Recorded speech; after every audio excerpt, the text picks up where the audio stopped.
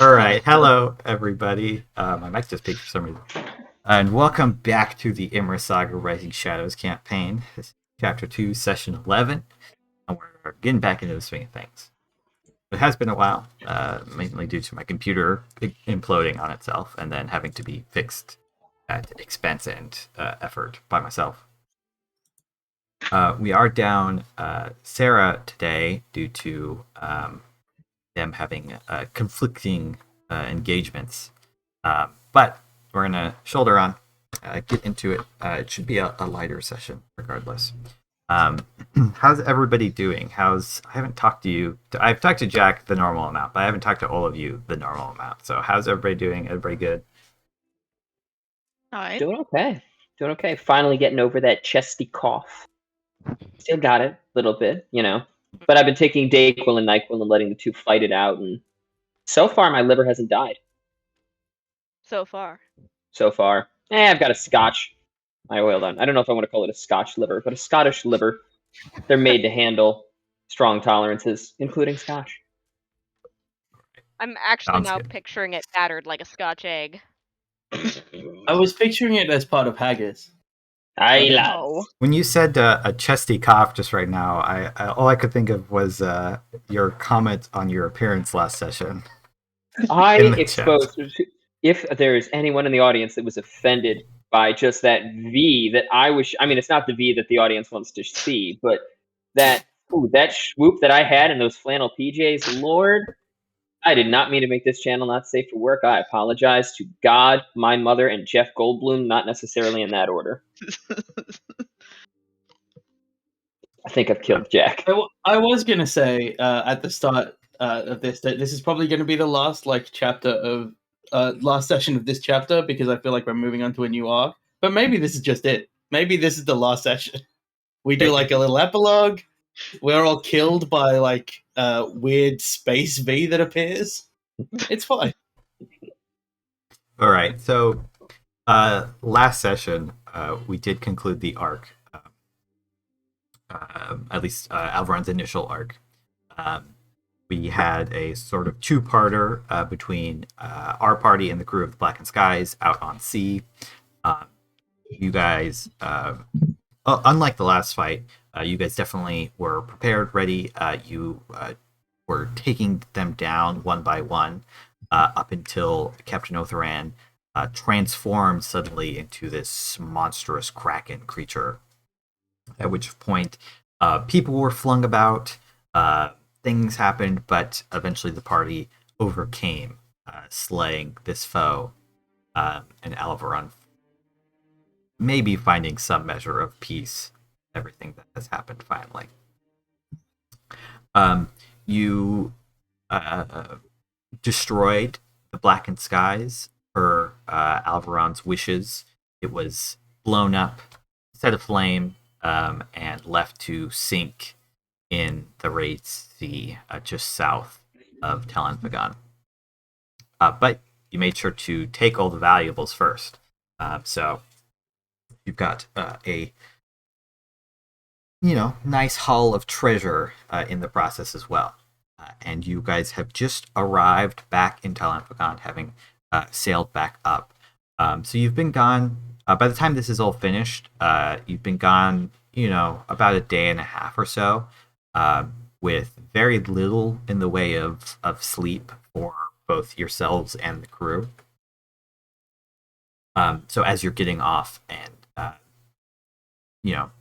people are moving, they start to prepare to sell all of the cargo that the Blackened Skies had that was in your possession. I'll just let you guys tell me, what are your plans now that you have a bit more respite? The party, we had said had resolved, now that this issue was done, to refocus on Torilus and helping out Calla. But you have some time in the city if you would like it. Medea will go. She'll tell the party. I'm going to go back to my order for the next day. Just let me know when we're leaving, and I'll rejoin you. Just want to make sure they're all set before we go on this journey. I think that Uba is gonna write 2 letters while we have some free time. One to their parents, because they kind of, I don't know, in everything that happened, we're thinking about the fact that they've barely communicated with their parents since this whole adventure started. So I think they're going to spend a significant amount of time writing this very long, rambling, it sounds unhinged to anybody that didn't realize what Uba went through, a letter to their parents.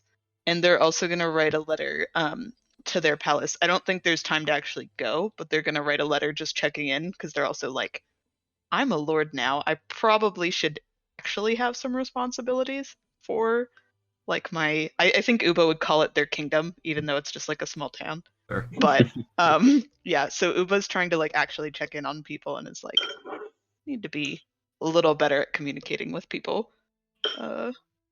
And is also probably I want you to roll me a we will say either persuasion or performance check for the letter to your parents. Oh, okay.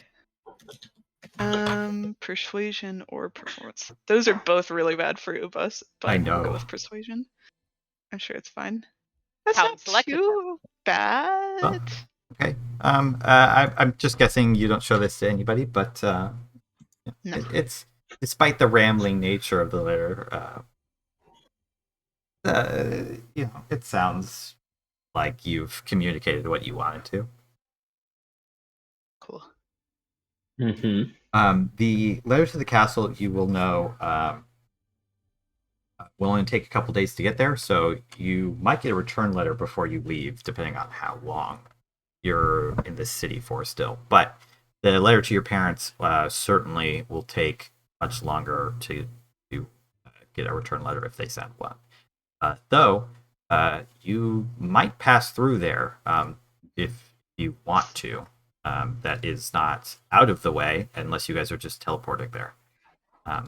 Something to consider.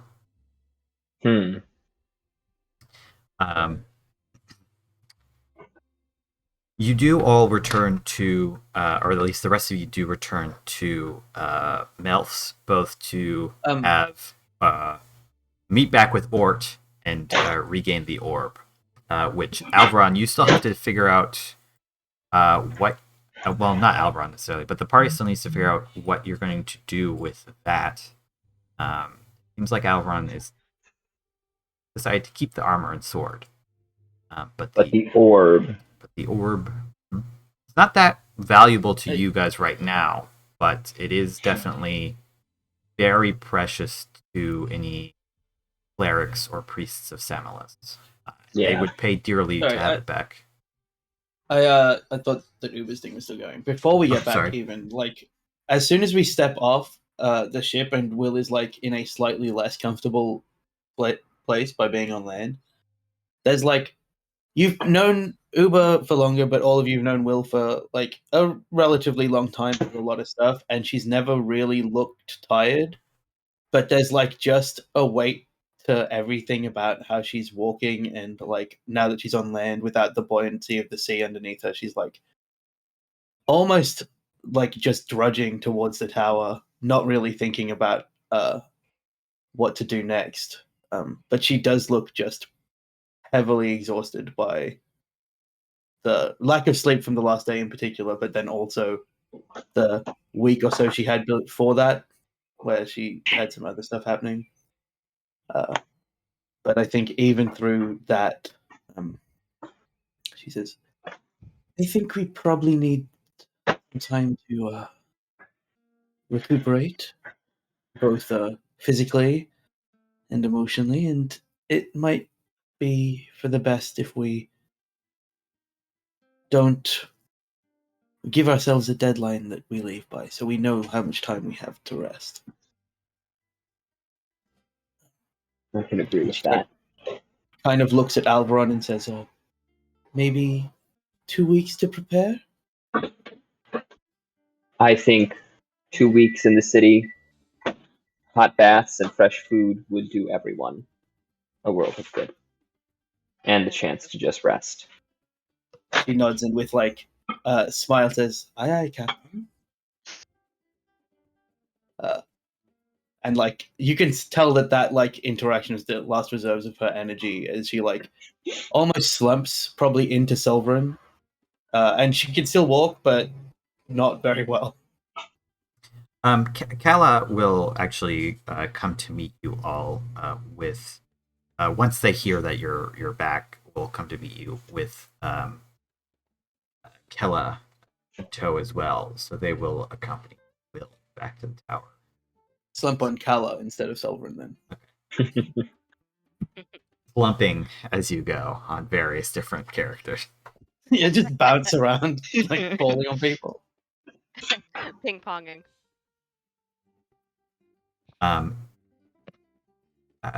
So you guys elect to take a couple weeks here in the city.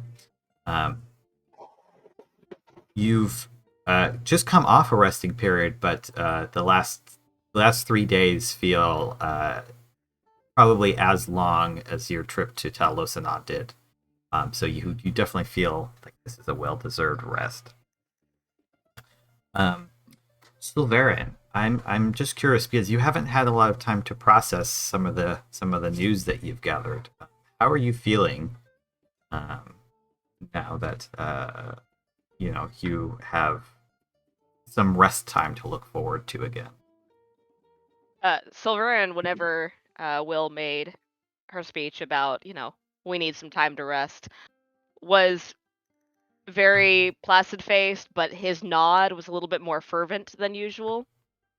And while he is generally taciturn, and normally whenever they're walking back from things, usually he either finds himself next to Will, listening to Will or asking Will questions, or just as often next to Uba, listening to Uba explain, their adventures to him, and he will give, lots of nods, showing and ask questions and give little bits of feedback to show Uba how closely he's listening.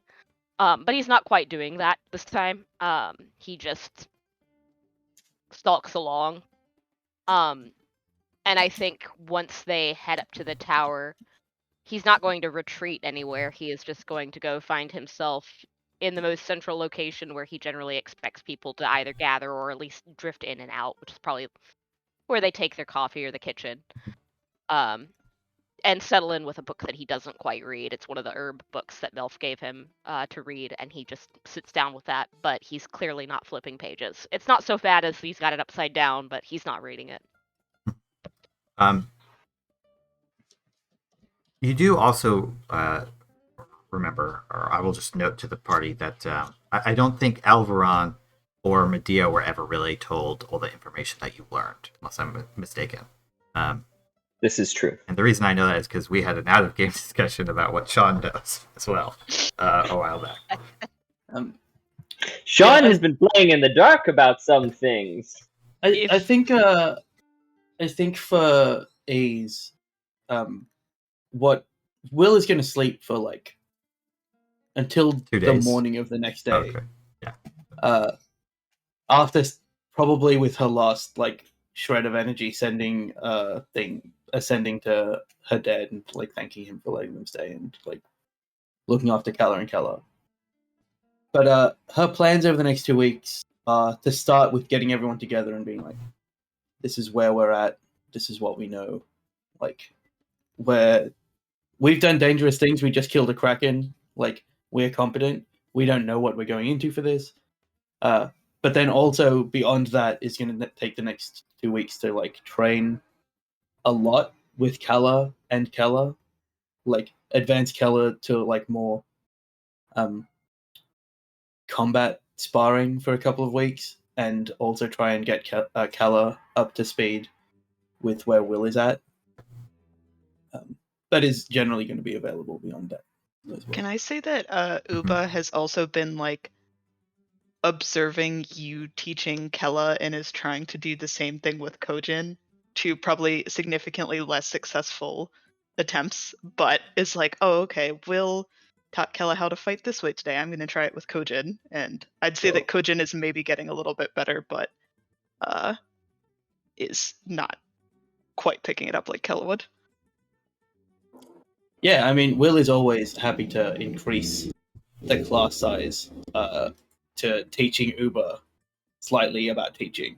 Yeah, you have like 2.5 students, Kella, Kojin, and Uba. Will, if you would like to, because you have it, why don't you go ahead and make me a teaching check? I do.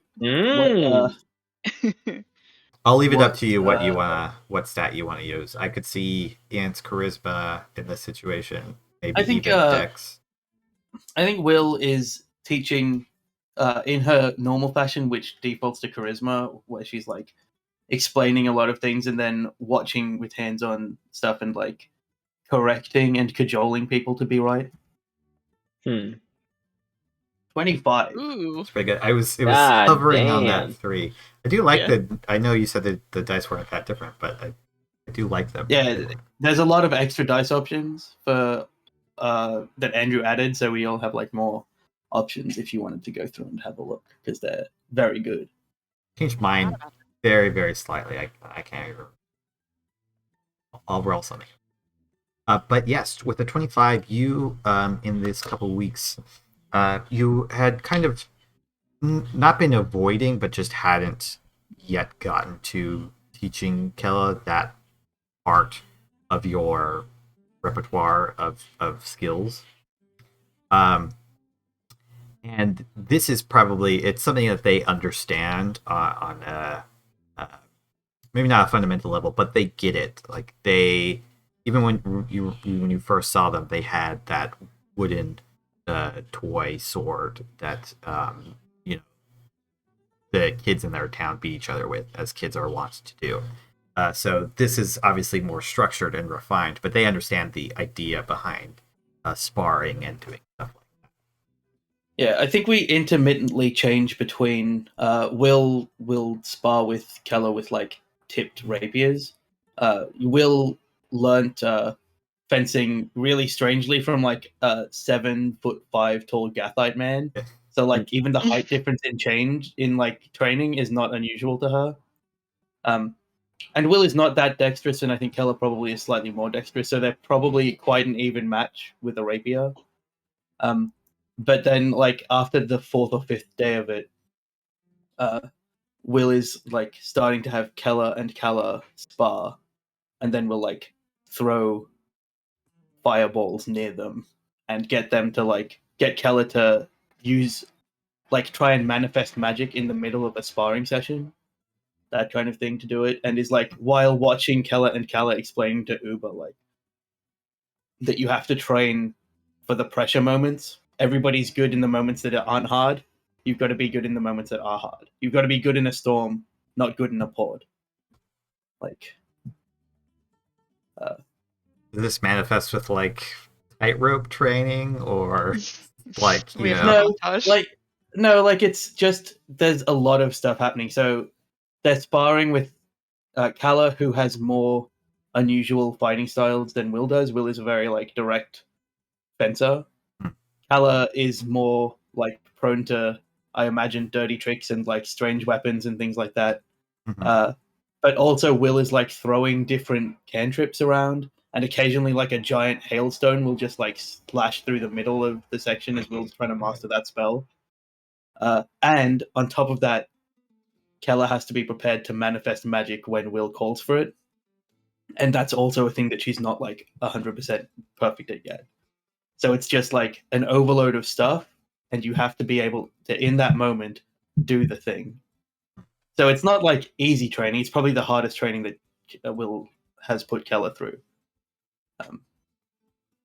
But it's a rest time for Will, because all she's doing is practicing one spell. Makes sense. And I think Uba sees the first time Will like cast this spell, and the storm cloud like rolls across the entire ceiling of the room we're in. And Will's like, "Nope, that's probably too much." And she like coils her hand and pulls it down, and a storm cloud appears on her palm, and then it like the cloud shatters into icicles, and she just like flings a bunch of icicles across the room that round out to hailstones by the time they hit the back wall. All right, and she's like gonna keep trying that every so often to just create an extra like burst of sensory stuff for both Kala and Kala. Sure. Do you occasionally Will does intentionally hit Kala with an attack, like to keep Kala on her toes. Do you train? I mean, you have the option of training at Melf's, or there is a courtyard of the palace where the knights and various different people train. We change it up. I think one day we go to like Medea's order, and they're just like they're watching. So it gives Keller different examples of different like types of people. Also, everybody else is invited to come and like be part of the training. Yeah, Medea, I definitely think would take you up, at least definitely while you're in the order practicing.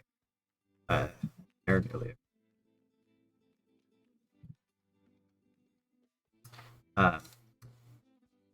Uba, can I get you to make me a I think this for you will be a wisdom check, an animal handling check. Kojin. Okay. Let's see. With advantage for Will's good teaching. Sure, you can have advantage because Jack got a 25. Oh, I wasted it. Kojin doesn't really understand the principles of fighting with a sword and the secondaries to that, which I think is what you're trying to impart on them, like the principles of fighting. Don't transfer to Kojin's method of bite the ankles and explode the ground with your thunder magic. They definitely benefit from the training. It's not like this is a wash for them, but it's more because they're just doing the practice than Uba is really having an appreciable helping effect on their progress. That makes sense. But you kind of feel like you're understanding Kojin a bit more as well. You've kind of just been thrown into fights with them and haven't. This is probably the first time that you're actually making a concerted effort to practice, like fighting with them. So there's like a noticeable effect of synchronization improving a little bit as you're doing so. Alveron, do you join into this sparring extravaganza? I think Alveron would, especially. There's some things he wants to get done in these 2 weeks that we're here, including getting the orb into the hands of the church, but he doesn't want to just get it to the local branch.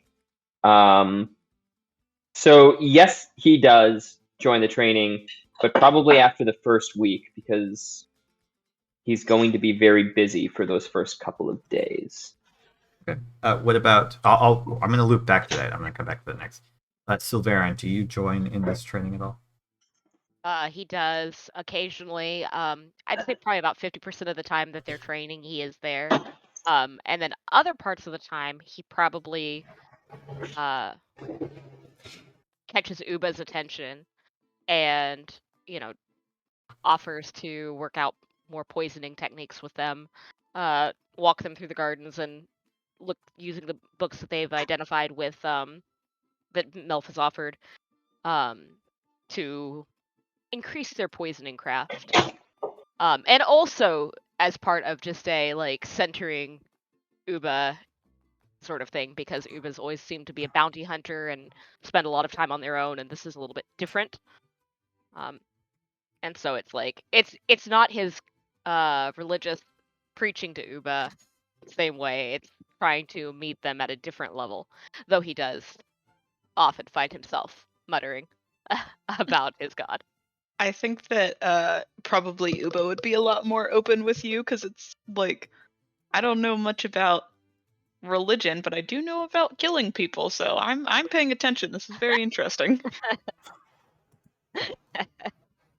And whenever Uba like takes that approach to it, Sulveran's like, and she appreciates that. The exact opposite of, and I took that personally. Yeah. So yeah, he's probably in and out of both events. Okay.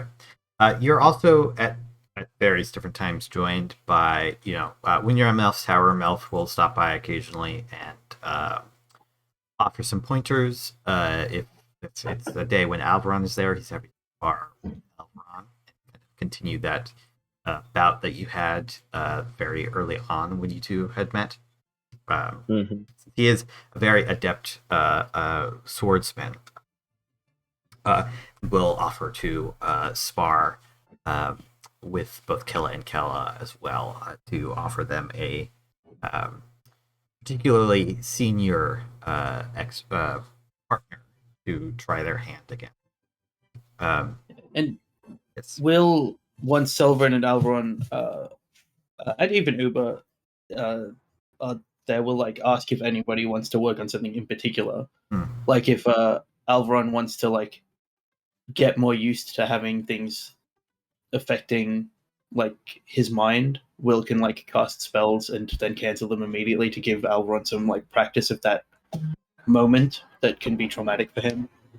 Stuff like that. But also loves teaching by delegation, so every time Melf is there, Will is like taking that excuse to like for 2 hours go and be doing something else, like research in the library or talking to the Sudana. Okay. Yeah, Melf would be. I think Melf is definitely like hands off until you're like, hey, go do this for him, because he, is very aware of like the hierarchy of your current group and how it's going. Does not want to. What the hell was that? Does not want to take over that position. But is happy to do so when you ask him to. You probably also get, when you're in the Suthana's palace, Tithias will drop by once or twice, and likewise just offer, an extra sparring hand. Otherwise, we'll kind of just observe, but it's kind of interested in watching the group. And you do, when you're in the palace, you definitely get some onlookers, as well as when you're in Mattia's order. People like watching, studying, trying to see if they can learn anything from you guys, as you are well known in the city at this point. After it does take a couple days for this information to disseminate, but there were a lot of sailors on that ship, so people do become aware of this kraken slaying, pirate destroying feat that you performed in the raised sea. Ort stops by just once to join you, and is like. Well, if you want, Kella can use like a real weapon on me, because I got so much armor, and I can heal myself. And then they can, like, that might be good for them. Sure. Will like pulls out her rapier, which she has recovered from whoever she had lent it to last. Now that we have a copious amount of swords, and just like gives Kella the rapier and says, apparently Ort says that you can hurt him as much as you like. Like raises an eyebrow. Clerics are weird. Think about Sulveran. I mean, no, that's true. That is true. I was gonna say that's not true, but that is true. Okay, sure.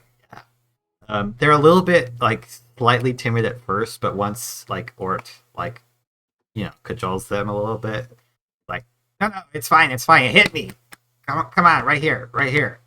She does it, and it is a good experience, as they have not really up until this point actually had to stab somebody and like really drive it in. Oh, good one. Oh, cure wounds.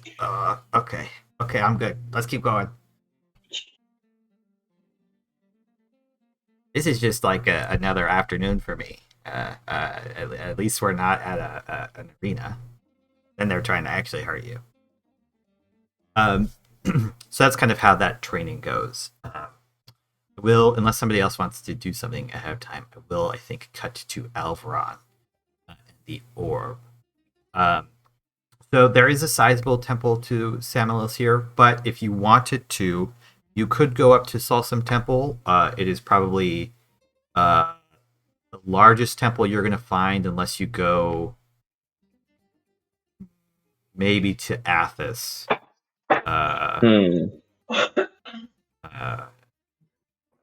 Yeah. The largest temple you know of is in Roms, and there are temples that you could think of in Le Mans to take it to, but those are significantly farther in terms of travel time. I mean, I want a high enough.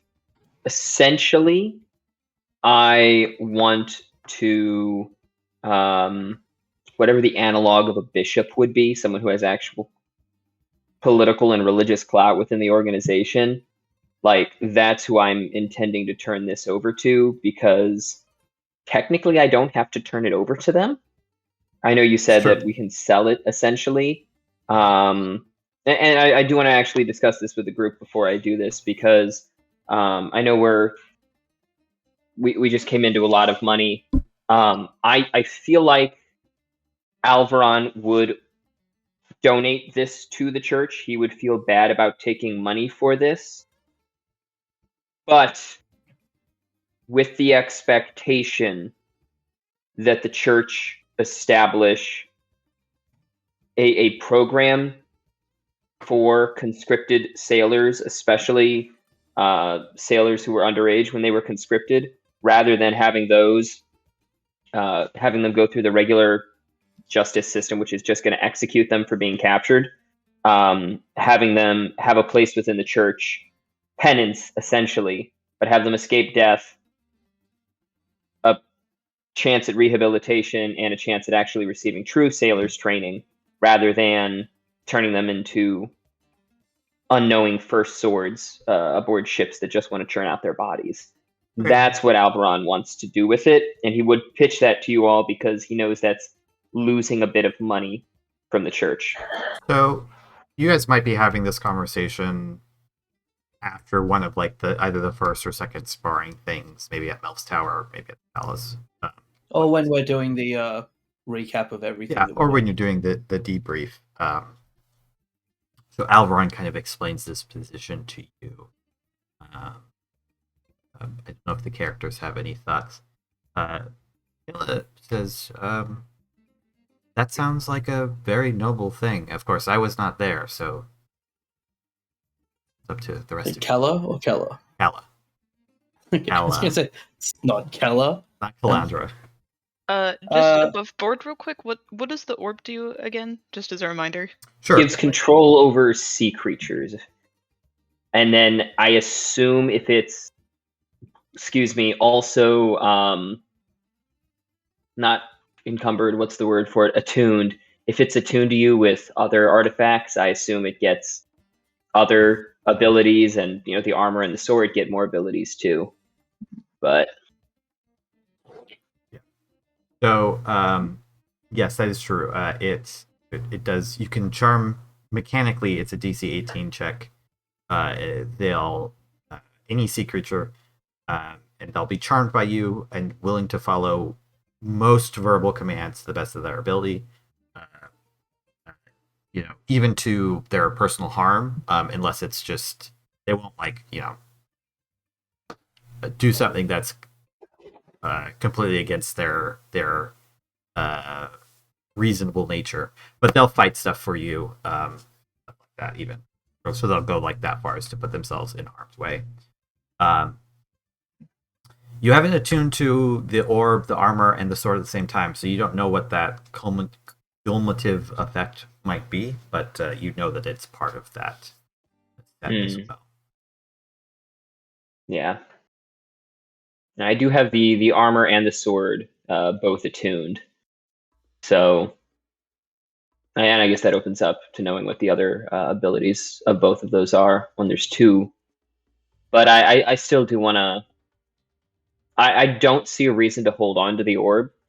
I feel like it's rather niche, but also that's an artifact that I can give back to the church and then continue on this path. Did we find the anchor? I think No. we had said that you did. I thought did you? you gave it. My memory was that We had a you did. conversation about it. I remember it's been almost a month ago, but because there was a thing where you had to locate it and talk to some of the crew that you had turned in we the talked fight. to the ex crew and we're like, they were like, this is where we had appeared. We'll say, hey, it's fine to give it to the Temple of Semillus. They'll eventually just lose it in the next pirate despot. A few centuries from now, we'll try to do the same thing. They should try and hold on to their artifacts better. I think Uba raises a claw and says, yeah, I agree with that. And also, this is a very unique and interesting item. It would be a shame to just get rid of it. And I feel like the church would listen to you with starting your program regardless. You are a Kraken Slayer. Should have enough reputation to start that regardless. He's hardly getting rid of it. Will is looking at Uber, who said at the start of that sentence, "I agree with you, Will," and then disagreed completely with like Will's stance of "Let's give it to the church." Agrees with the "someone will just come and steal it later" part. It's like just such an Uber way to agree with something. I agree with you, but you not. stupid fuck. And Will says, but it is the church's to begin with, so I'll leave it up to you. I don't. Technically, it never belonged to the church. It is an item from Semillus. The anchor did, though, right? No, the anchor was lost for a long time. It's kind of passed through. I thought the anchor was originally with the Church of Semillus, and they lost the anchor. Yep. I feel like I thought that's what happened when I rolled like a very high Arcana check, but that's fine. Okay, if that's the case, I think Uba would make more of an argument of like, you'd probably be better at protecting it than they would. It was hidden by someone, not like the church as a whole, but it was hidden by a cleric of Semillus at one point. But it was never in possession of like, this is the church's kind of thing. In that case, Will's stance is that the church, they don't really have like a good grasp on these artifacts to begin with. Surely over the course of the time of people following Semillus, they should have gathered these things themselves rather than leave them out in the world. Maybe it serves the divine purpose more to have them be scattered about, actually being used. Yeah, they which probably now just I'm grow it in arguing a against box. myself, so... I just worry that maybe the Church of Semillus' stance is to, if somebody that is a follower comes along and requests an artifact, maybe they just give it to them. And that would be a maddening way to deal with these things. I guess, Andrew, can we say that I have... how long does it take to attune? A short rest? Yeah, like an hour. The whole debrief probably takes more time than that anyway, so you could attune to it just while we're talking. Yeah, I'll disattune from like the Cloak of there we go. Before I attune to the Cloak of Elvenkind, I'll attune to all three of the artifacts that we have to see if that gives me a better understanding of the effect of all three. You turn into a Kraken immediately? We all die. No. Roll for initiative. Where are you having this conversation? Because it's mild. It's slightly important. Probably Milfindian. Tower. Okay. That's like a little more. One of our. It started with breakfast, and like soon it will be lunch conversations. Okay. We forgot to leave the table. We're at our Uba and Alveron are on their 7th coffees, vibrating slightly. Shaking. Yeah. There's a strange effect that kind of washes over you once you attune to the orb with the armor and the sword attuned. You're not like right on the shore. Melfstar is like not right next to the water, but it's not that far, and you can like feel this sort of extrasensory sight at the off in the distance. Certainly it's like a few 100 feet away. You can see the water. You can feel the fish that are nearby. You're not sure the exact extent, but it feels like really far, like a few 100 feet out. This extra sense, but it only applies to the water. You can't feel all the buildings and various people in between those, except for the rocking of the boats and stuff of those sorts of things. You also have the impression that if you wanted to, you could reach out and call to something, servants of Samilos, perhaps, and they might respond to you in this moment if you wanted to. Is that similar to the Spirit Guardian effect on the weapon? It is a similar feeling, although it is different. It feels more impactful is maybe not the right word, but like if you do this is like a major thing to reach out and grab. It is not something that you should do lightly. The feeling thing. Gotcha. And is that something I feel like I can do even on dry land here, or is that connected to the extrasensory water perception? You think you could do it on dry land.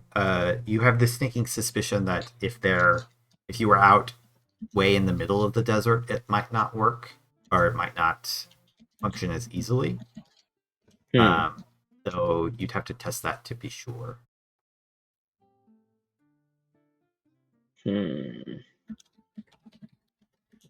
have a flashing sense of... actually, roll me an insight check. Sure.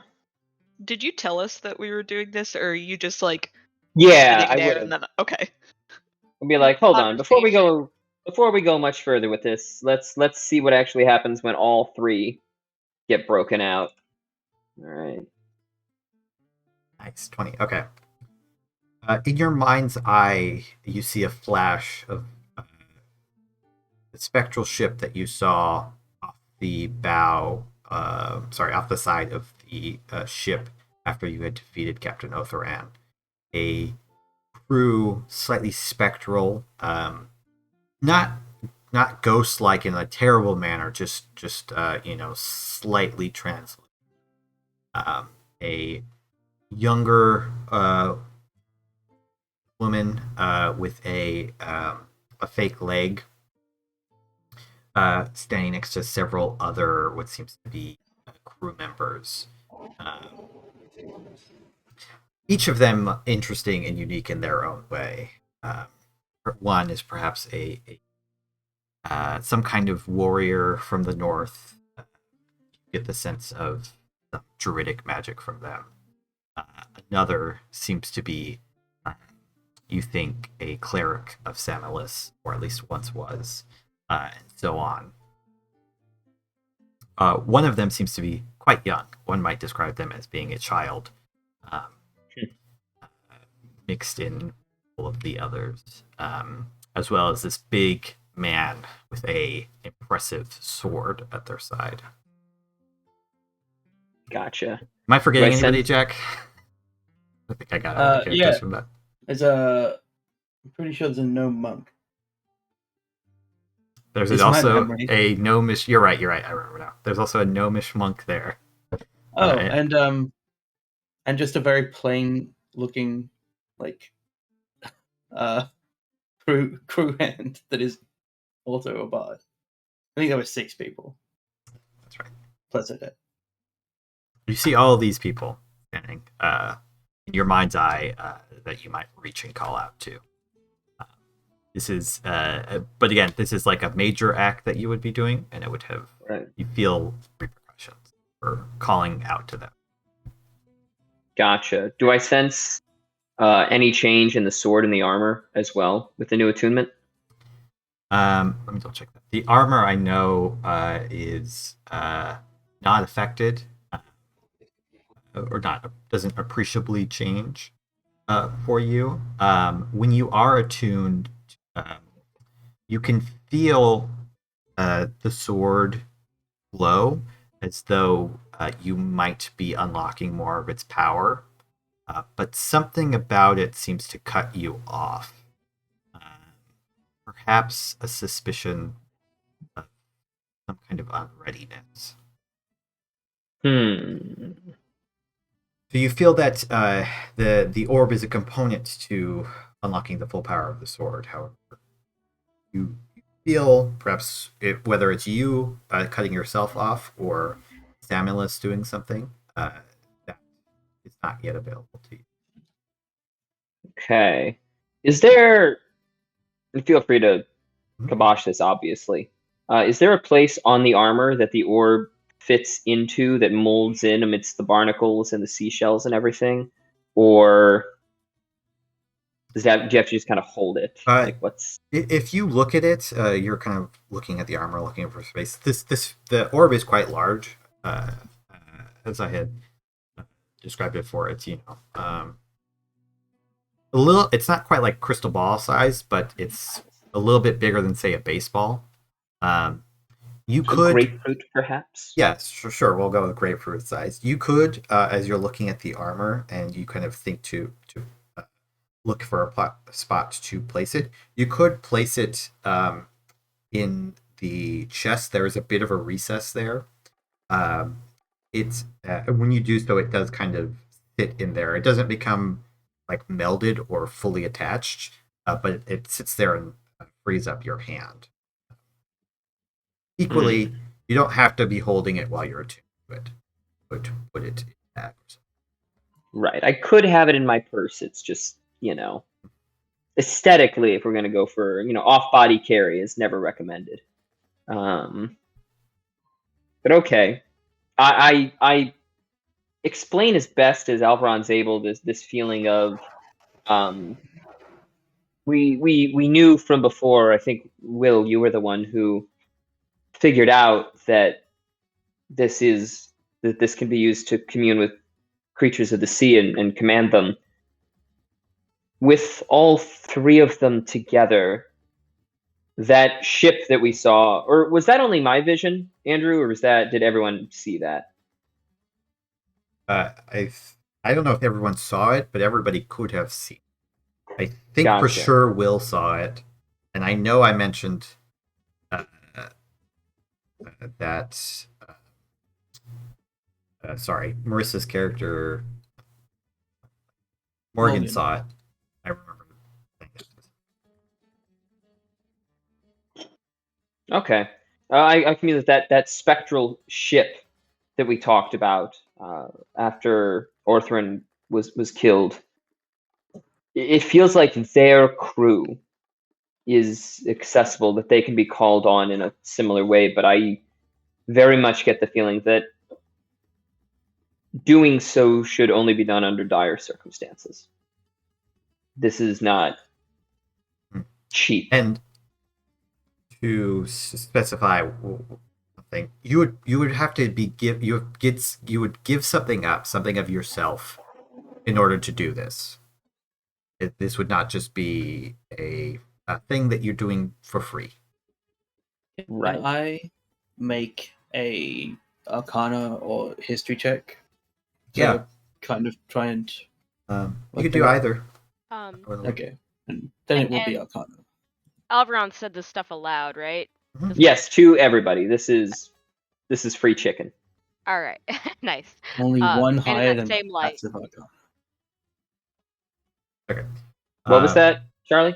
In that same light, Sulveran's probably thinking about like other religious totems that he might have heard of that would have had similar costs or rituals. Yeah, if you want to make a religion check, that's. I like rolling a skill that I only ever roll less than a 10 in. It's nice. Look at that. There you go. Damn. Oh! 2 23s. Can we trade rolls? You only had to roll 8 higher than objective. Okay, so on the one bent, I'll start with Sulveran's. Magic items or artifacts like this that are connected to gods often have a binding component of service of some kind in exchange for this sort of great last-ditch power, if that's what's being described accurately to you. It has to be done willingly, freely, generally speaking. But you can kind of think of stories you've maybe heard of, something similar amongst worshippers of Vera, which is a very common practice amongst the Gathite, of other such things. Giving yourself to the wind is sometimes what that is called, although that sometimes has been known to be done without magic items, but that is what this kind of percolates to you. You might think of it as giving yourself to the sea, going along that sort of line. Will, you suspect that probably this would allow Alveron, or possibly anybody who is attuned to the three items, to call upon this ghost ship. I think you already knew it's called the Bonnie Bale by some. It has other names. In Elkar, it's the Santani Satha, amongst various other different kinds. Really, only dwarves don't have a name for it, but that's just because they're dwarves. Most other cultures have some kind of thing. It is the ghost ship of Samilis. It collects seafarers. Sometimes it saves them, as in the case with the Sea Touched. Others it takes to Samilis's halls. It is also, something which I had to mention, minorly connected with Mordain. There is a sort of because it is a component of passing. It's also a part of their kind of teachings and domain, specifically in conjunction with the sea. So oftentimes when people are buried at sea and a priest of Mordain is there, they will still officiate, but give it over towards this ship symbolically. People don't typically see the ship, although, of course, sightings do happen. You would suspect that were Alveron to do this, they might gain the power of the ship for some time. But it could be that they might be exchanging their life for service aboard the ship in exchange for this power. And that's probably, you suspect, what Captain Othran wanted to do, although he was probably trying to subvert it for his own uses and not keep with the natural or traditional order of things. Now that you're understanding this. And didn't have the orb to, do it with the full set. Yeah. Well, probably if you reach out and ask for the help, it will come, but it will be at the cost of you giving your soul to service to the Bonnie Bale. There are worse ways for sailors to spend their afterlife. Some would say it's an honor to serve aboard a ship so closely tied to Samilis. But don't do it. Earn your place on the ship a different way. Perhaps all three would not have come to you if it was not meant to be so. Shooting a look over at Sulveran, because Sulveran usually makes points that Alveron can't argue very well with. Or, if we ever see the Bonnie Bale again, maybe you should bestow the orb onto them. Be safer than with the church, probably. Will smiles a little at Alveron, probably correctly surmising that churches are not good at keeping hold of these things long term, and that we will all surely die soon. Institutions fade.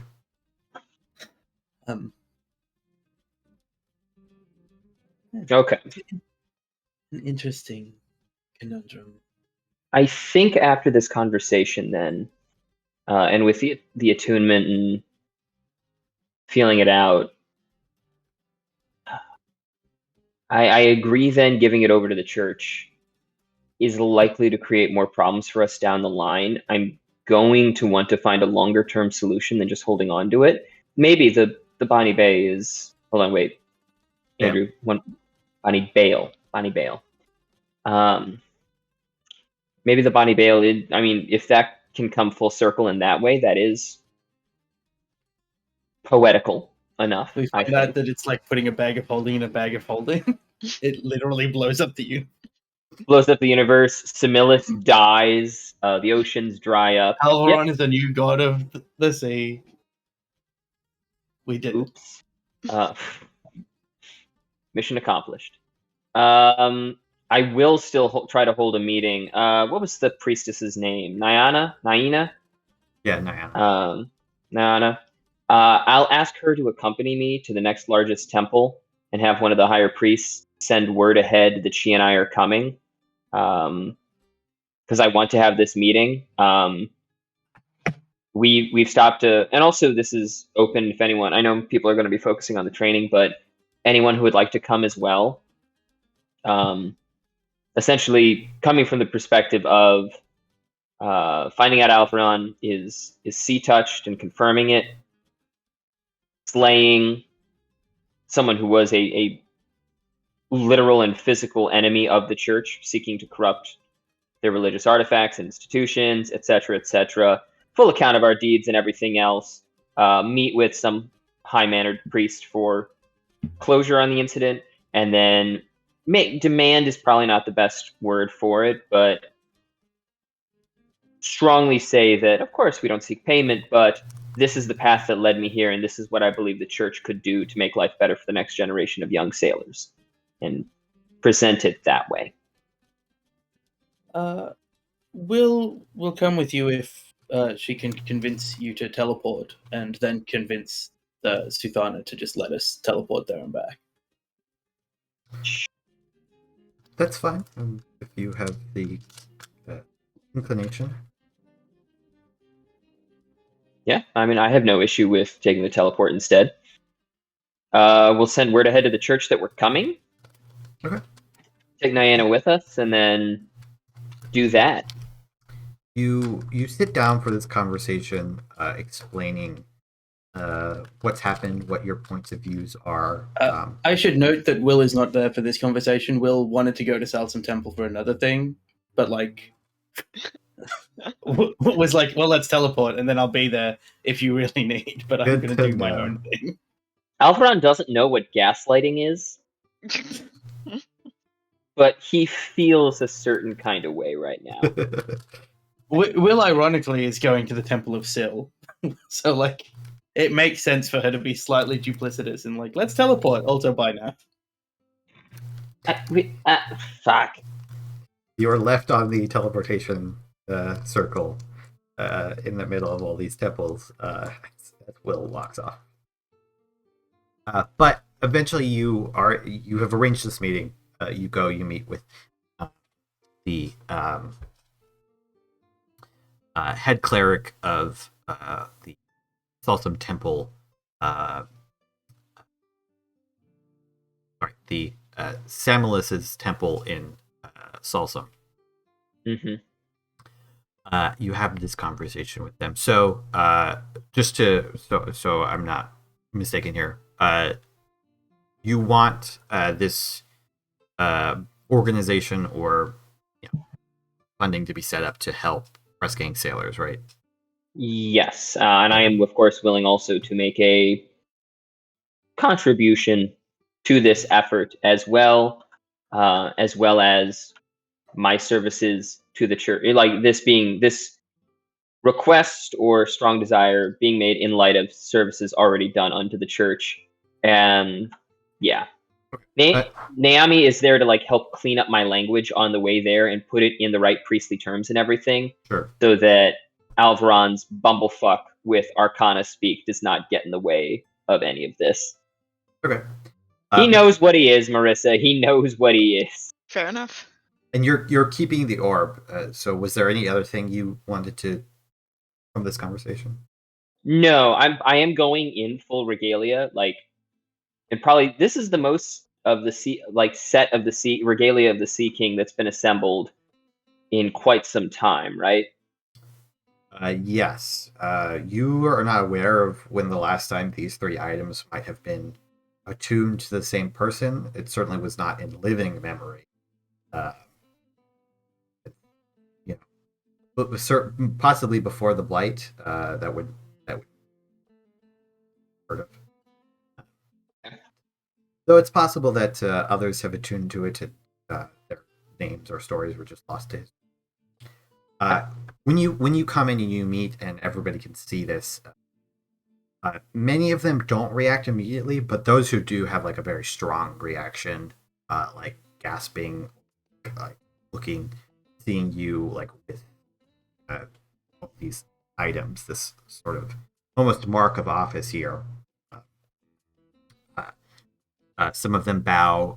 No one like prostrates themselves or anything, but it's clear that having these things, at least to the members of the Church of Samlas, gives you some ranking amongst them or some standing here. Also, the eyes are seafoam. I'm going to go with eyes are seafoam green pretty much constantly with all 3 items attuned. Gotcha. Got it. You explain your position to the head priest here. Their name is Alison. I'll put that in as well. Appreciates you. And they will say, well, we could certainly arrange such funding for an organization. We do what we can to help those who are forced against their will to give these. Samuelus only wishes for those who have the strength of mind and body, willingness to ply their trades upon those waters. Such things are expensive, though. We do not always see the kinds of donations that would afford us to have such ventures. If you are willing to aid us monetarily, we can do this thing. Certainly within the wishes of the rest of the clergy here. Such an order, if we were to start it perhaps in Le Mans, where such press gang issues are most common, particularly terrible, if you were to cede some gold for us, perhaps 2,000, we will match that and then some. We could see this done. Will not immediately be Imris spanning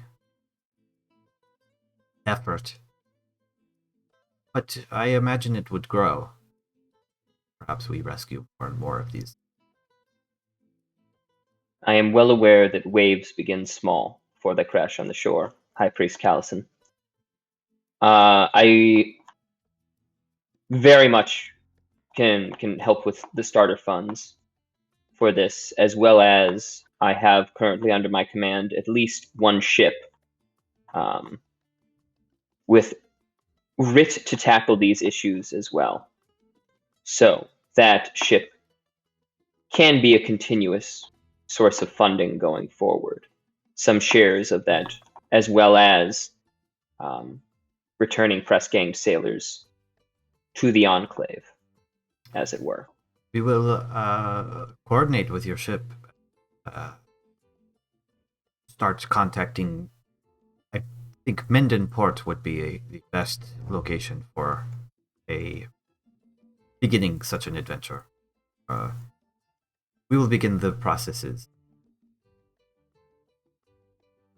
Hopefully soon we will start to see results. I can't promise anything. Samuel is willing. We will see this done. I nod and genuinely grateful for his time. The whole, you honor me with the chance at this meeting, High Priest, and if there is anything that you need of me in the future, I will see that it is done. I also make note as we're leaving that I'll put out to my allies that in the event of my death, these artifacts are to be taken care of and are not to fall into the wrong hands. So there will be active curating of them in the event that Alveron should fall. Okay. He will also say, as you are wrapping things up, should you ever seek any succor of any kind, the temple, any temple of Semilus that you find, will have instructions to give you what aid that they can, free of charge.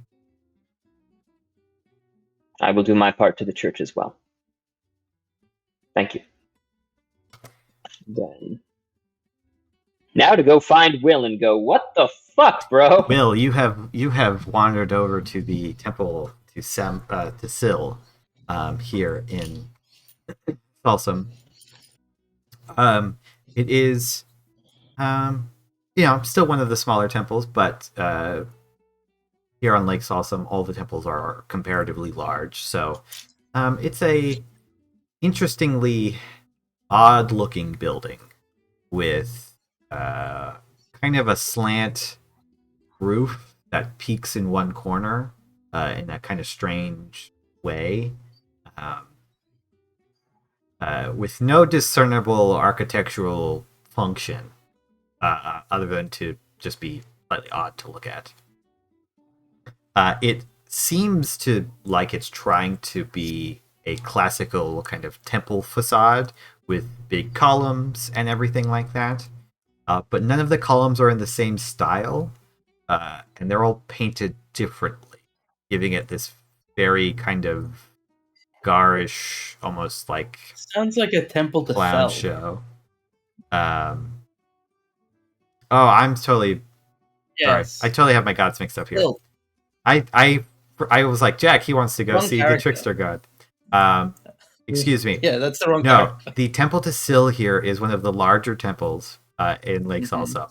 It is in a half moon shape, not a half moon shape, a crescent moon shape. So there are kind of wings that jut out towards you as you enter. There's an open courtyard. It smells very pleasant with scents of flowers, spices, perfumes in the air. There are people kind of lounging about. Some are doing artwork. Some are chatting. Some are chatting off to one side.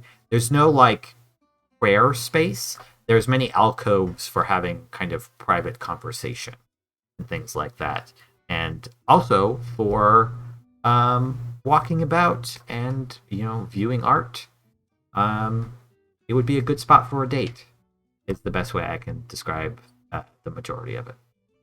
Will makes note of that. I think Will probably walked past the Temple of Thel and like did spend some time trying to work out that architecture, but like the difference between the garish nature of the Temple to Thel and the like tranquil gallery stylings of the Temple of Sil are like, this is far more suited to Will. I jumped the gun. I was so excited to describe a temple to Thel. And I know it never thinking. comes up because like nobody cares about that god, but like no, that's not Will either. I'm sorry. Okay. Uber would be a It's good still follow-up, there. though. Yeah. Somebody else. So Will finds wherever you donate money to the temple and just drops like a little pouch of money in there. It's like an open table where people have deposited coins, gems, pieces of art, fruits, all manner of sorts of things. It's not a small amount of like gold. It's like 100, but to Will is like whatever. But it's also in a lot of different coin sizes, and like there's she puts it like donates it within like a pouch to intentionally like make it obscured and stuff, and she's like, well, I still like secrets. Someone that likes secrets likes opening presents, so but she's basically going to find somewhere quiet in the gardens and like sit down as if she's sitting on the deck of a ship and just like pray to Sil. And I think Will is starting to connect her urge to run from home and her urge to experiment with magic and like not be rigidly stuck to the like traditional teachings of magic more and more with like the mantra of Syl as somebody that's interested in secrets and interested in the obscure. So she's basically sitting. She will never forget when Syl talked to her, so she always like tries to commune more directly because she's like, well, I don't adhere to anything else. Why would I adhere to the religious ideal that like a god speaks to you only on their terms? I'm gonna annoy this god by talking to her every time I pray.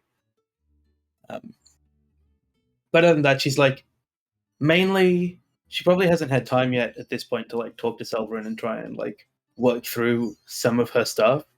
So she's just trying to find like an anchor in the like the maelstrom of emotional stuff she's going through. Okay.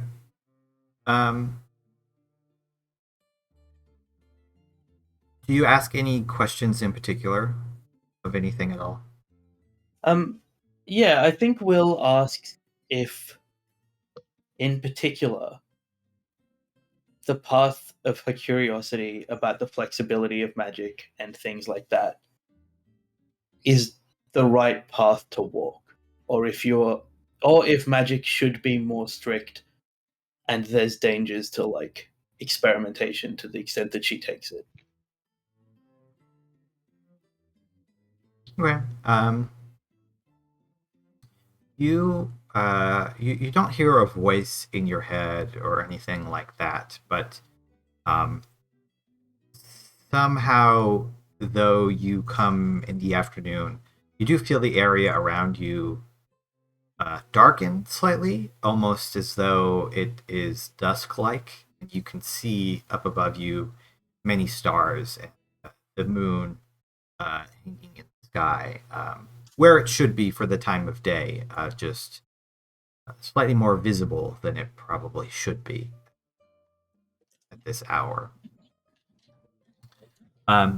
You feel a rose scent as your worries come to mind and are being voiced aloud. At first, it fades slightly till you hear the crinkling of pages turning. The scent of Kala wafts through the room, though you know that they are not here at the moment. And you feel like the answer that you're being given, that at least for Syl, this is a path that you can trod, and that though the outcome may be good or bad, it would be something that they would approve of. This kind of avenue and your style of magic, your style of the arcane. You also get a breeze, cold and almost like slightly wet, like snow has just hit your face, and you are reminded of the Gathite up on the mountains. The smell of Sulveran wafts over your nose now, and a scent of a balm, salve of some kind. Suggestion that Sulveran may need your help soon. You also get distinct sense that you know that or Syl is telling you a secret here, although no words are shared. Somehow you understand this. Mordain will never as openly commune to Sulveran as Syl might with you. And in their view, you might need to help them soon as a result of Mordain is a harsher master, as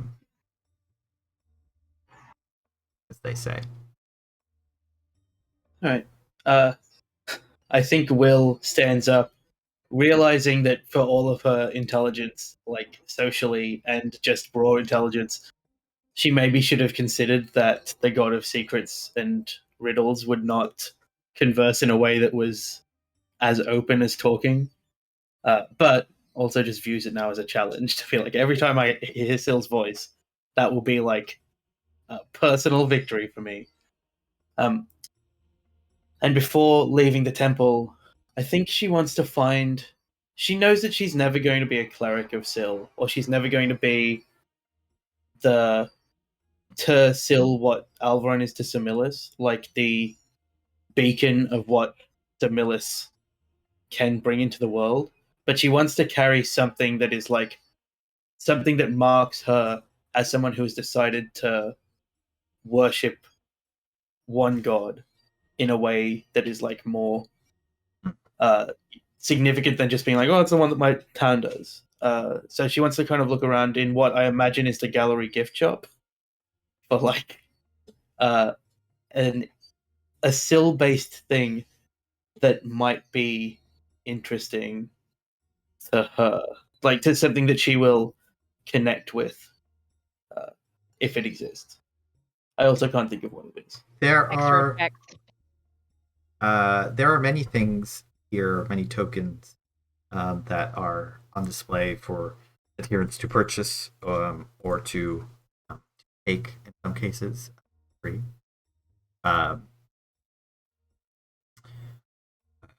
Flowers, small trinkets, perhaps for a friend or lover.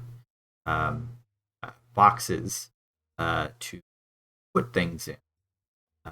Pieces of parchment, write letters. Pendants of the moon at various different stages. Sometimes full, sometimes half, sometimes blacked out, though it were. I think maybe this isn't what Will would want, but this is my thinking. Amidst all of this, as you're kind of looking about for something that you might like to mark you out as a hill worshiper, you find it is an ocarina that is curved to be crescent shaped. It is made out of a very fine white wood. It has some silver kind of inlaid onto it. In the silver, or written in the silver, as simply, music is both a gift and a secret to whoever you play it. I think Will walked into the store knowing that she would buy something, but not knowing what it was and like what she was looking for. And I think she, in her mind, was like, man, they're gonna have some weird moon-themed strangeness and it will just jump at me. But she sees that and she probably doesn't even see it properly the first time. But she's like touching things because she's trying to find a connection with stuff. And as she touches that, she feels like her instrument of power shift into that instrument without like her command. And she kind of turns back to it and sees it, and it just fits her hand in the like perfect way that most ocarinas fit the hand very well anyway, like for the right size person. So she picks it up and is looking at it, and won't even think to like consider if she can play the ocarina. I think she just knows that she could make music with this. And steps towards wherever the clerk is or the acolyte that's in charge of this area and says, "What donation would I give for this ocarina?" Well, for that, be 50 gold, or a secret worth as much.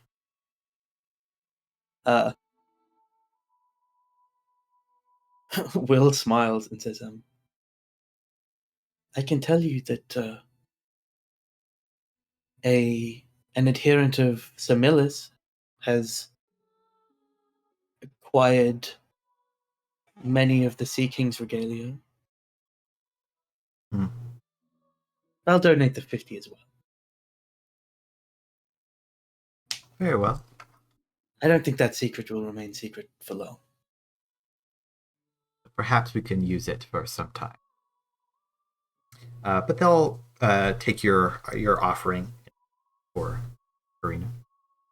They'll offer you to wrap it for you if you would like, if you're going to give to someone. Will smiles and hadn't thought about gifting it to somebody, but given that the instrument of power can become that, I think she still won't wrap it because she thinks it's important for her to take the original. But she considers it for a bit. She's like, I could have both of these. Mm-hmm. Could get gift points. Then, as she walks out, she starts putting it to her lips, not playing it, but miming finger positioning and stuff from a book she read about ocarinas when she was 8. And she casts sending to. I was just gonna. It's not a just 10-hole one. It's a double one, so it's a little bit bigger. Although it still fits in your hand quite easily. But you can play more notes with it, or tones. She feels her fingers flitting, and she can kind of hear the music in her head without playing it. But then she casts sending to because you said Thel, my brain's Will's gonna play a trick on someone, but that's not who she is. She sends a sending to Alveron. It's I'm finished. If I'll meet you outside the temple to Semillus. If you are finished, otherwise I'll just wait.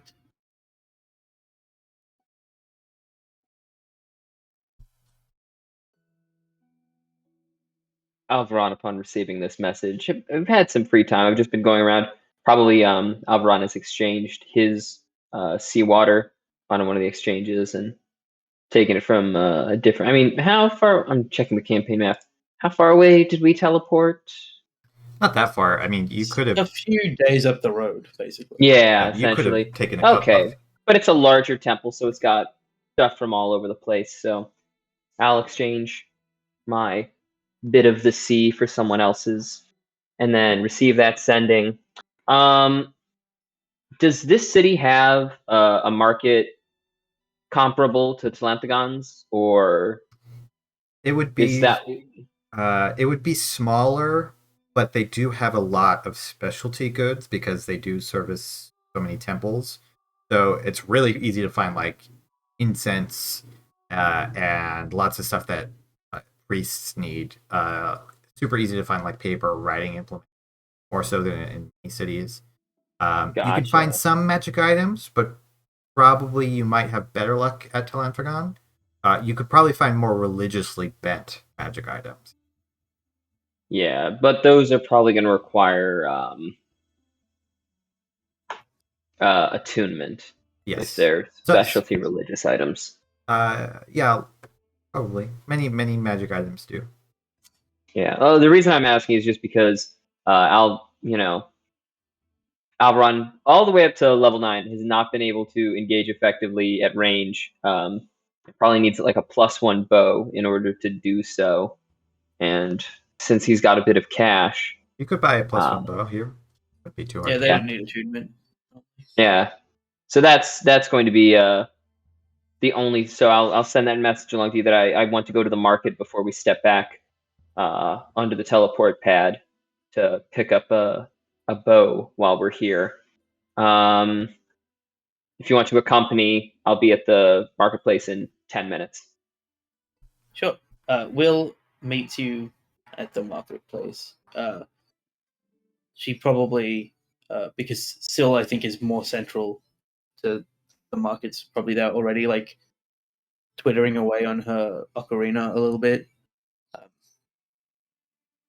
She's playing something, like, really mournful and Gathite sounding for some reason, because she's thinking of, to her, the smell of Sulveran is the smell of Sulveran's bone armor, even though that's not accurate anymore. But that's, like, the smell that she associates the most. And she's kind of thinking about that aspect and playing this mournful Gathite thing on a high-pitched ocarina. It's very weird. As the priestess and I are walking up, just kind of slyly look over and be not afraid. Get all the way up to Will. Then respectfully wait for you to finish your song. Will's never finished a song. She's just in a pause. So she, like, puts the ocarina on and says, I'm sorry, I felt the draw of a different god than Semillus today. Seems it worked out in the end for you. The other... Sorry. I'm forgetting. Niana? I'm going to open it, because I have it written down. Actually, yeah, Niana. Her actual name, it's not Niana, it's Isniana, but everybody calls her Niana. That is a better name. You're actually standing in a temple in the market, the temple to Quran. They are one and the same here. What god is that? Can you remind me? Quran is the god of roads and commerce. Excellent. Okay. Well, we're welcome here as long as we spend coin, I'm guessing. Very much so. There are many, there are tons of people here, merchants, plenty of other priests. It's probably the temple frequented by other priests, clerics, and adherents the most, just because of the function of it. It's nice, large, roofed. It's not an outdoor market. It's indoors. It's all it's slightly cool, thanks to the stone in there. If you just want to buy, would you like a long bow or a short bow? I think it's going to have to be a short bow. And I will... Of your proficiencies? Yeah, I believe so. So I will... I'll make the rounds. At minimum, a +1. Short bow is what I'm looking for, but I'd be willing to roll if possible for the chance that there's something of higher quality. Roll a D100? Yeah. And crossbow. You could get a hand crossbow. That could work. Just a D20 or a specific skill? No, a D100. D100 This is just coming up. Luck. Just luck. Since Alveron has mentioned bows, I will look for a hand crossbow. Because I am proficient in them. Roll a D100 too.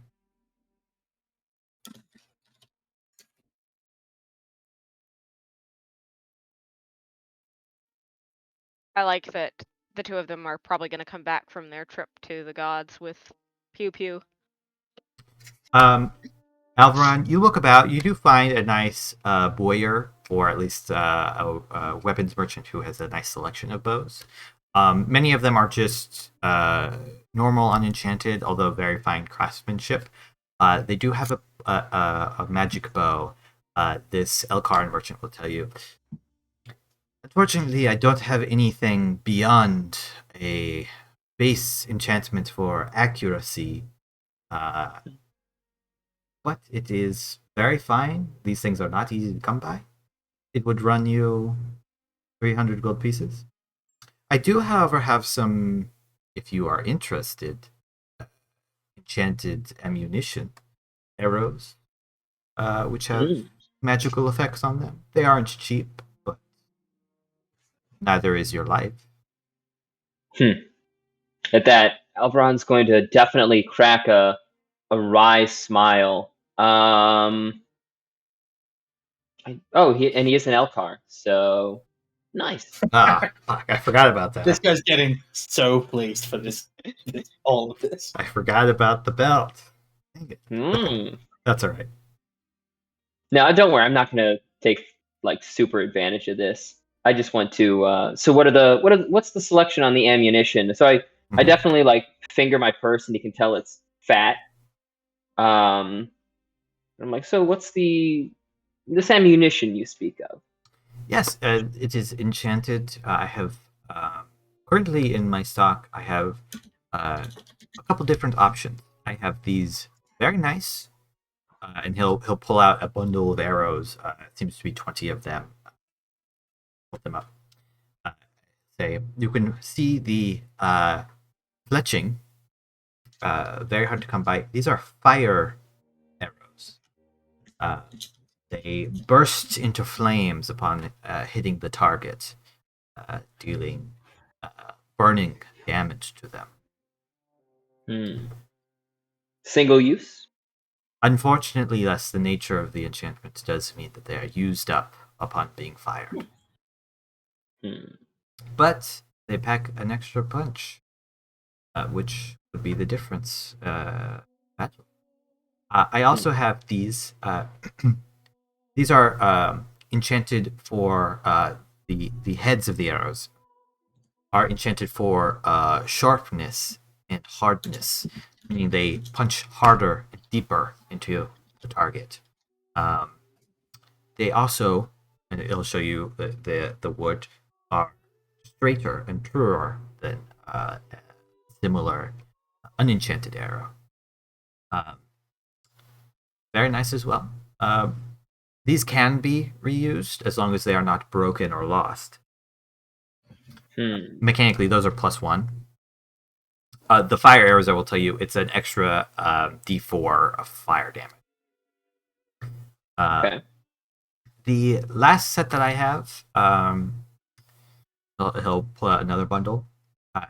These are, we shall say, frost-tipped arrows.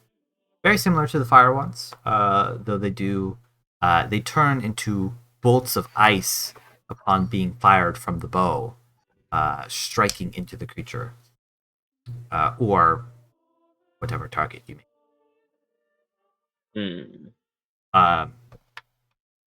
Any of these arrows, bundle of 20, would run you 400 gold pieces. 400 gold pieces per set? That's correct. 1,500 before any sort of discount. Okay. And then I will,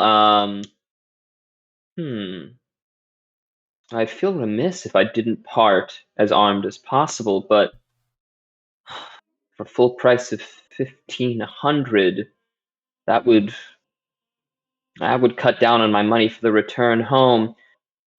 What would you say to a discount on buying out your full set here? Like to make a persuasion roll to try that? What is your offer? Because that will help determine the DC. So the price is 15 right now. What do you want to discount that down to? I could take it down to 1,200. I feel like that would be okay. Yeah, reasonable for taking the full thing off him. Pretty steep discount, but it is a lot of money. Go ahead and make that persuasion roll. 15% discount. Let's see. Oh, wow.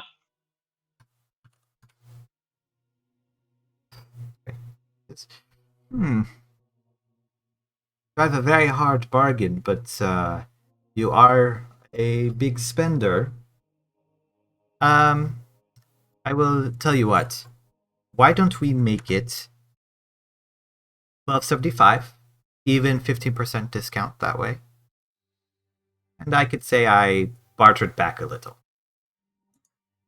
I'll extend my hand for a warm handshake and part with my new goodies. I'll shake your hand. Always good to do business with a friend of the Suthanas. Catch a knowing smile out of that, and then just bundle up the gear and probably get out of this temple, drop a quick donation of like 10 gold as a tithe, and then meet back up with Will as soon as possible. Right. Will, as you are out looking through the market, the stall that stall that Alveron stopped at, unfortunately did not have hand crossbows, but you do spy across the way a bit more of a specialty goods store. They have more kind of, I don't want to say clandestine, but specialty equipment. Lots of grappling hooks, climbing equipment, odd, little things which look like bombs of some kind with fuses, stuff like that, cloaks, all kinds of things. But they do have a small, there's probably 5 hand crossbows here that they've kind of got up on display amongst caltrops and other things they've put up here. This gnomish merchant will say, "So, you want to buy something?" Yes, I'm looking for a hand crossbow or 2 and ammunition. I've got a very nice set here. Comes with the bolts. If you're just looking for a normal one, they're a little bit expensive, but it looks like you can afford it. I do have one that's particularly nice if you have the coinage. Sure. Tell me about your particularly nice hand crossbow. He'll pull it kind of off the little display that they've got there. These things aren't easy to make. Even a normal one runs you about 75 gold, but this one in particular is enchanted. You'll note the fine wood, the string made out of mithril instead of hair or twine of some kind or intestine. This one would run you 500 gold. It's very nice, light. I also have one that you look like you have money.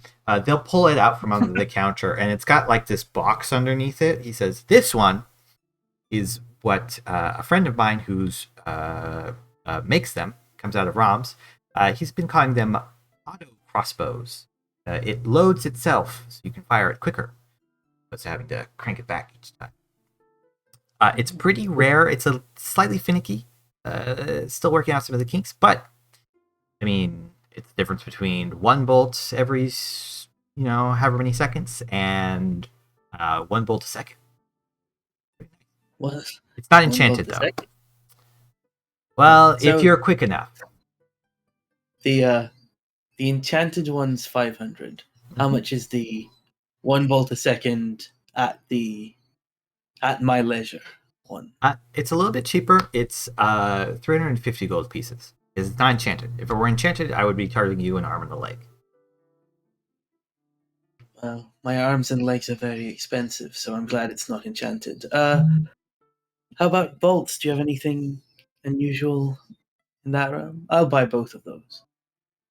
Oh, okay. Well, I mean, we'll discuss price after. Okay, I see. They both come with 20 bolts already, so I'm already throwing those in, included in the price. I do have a couple specialty bolts. These are shock bolts, made by the same guy from the auto bolt. They don't do lightning damage. They're supposed to stun the target. You'll note that they're not actually tipped for arrows. They're more meant for incapacitating your foes. They're hard to make, so a bundle of 10 is going to run you 200 gold. But you ever need to stop somebody without killing them, it's a good option. Will smiles a disarming smile that to her means I don't need that because I'm a bard. But I appreciate that he doesn't know that. All right. So you give me the enchanted one for 500, and what was it for the auto one again? 350. 350. So that's 750 plus, say, 2 bundles of the shock ones. 850. 850. Oh, I'm sorry, my maths is not the best. That's okay. Plus, do you have 20 of the shock bolts? I do, yes, and I'll put out another set of 10. I sell them in sets of 10 because they're, a little bit harder to sell. And they were 200 each. That's correct. So it would be 400 for 20. So 1,250 total. That's correct. Now I can make my own bolts, so I don't need the basic ones. And she starts twirling, like a set of one of the things out of her Tinker's set, and she is scratching her face with it. So I think it's probably fair that I pay you around 1,100 gold for everything. Fair for you, maybe. Make a persuasion check. Well, the nature of haggling is that it's going to be fairer for one of us. Only a 19. Why do I roll bad on my expertises?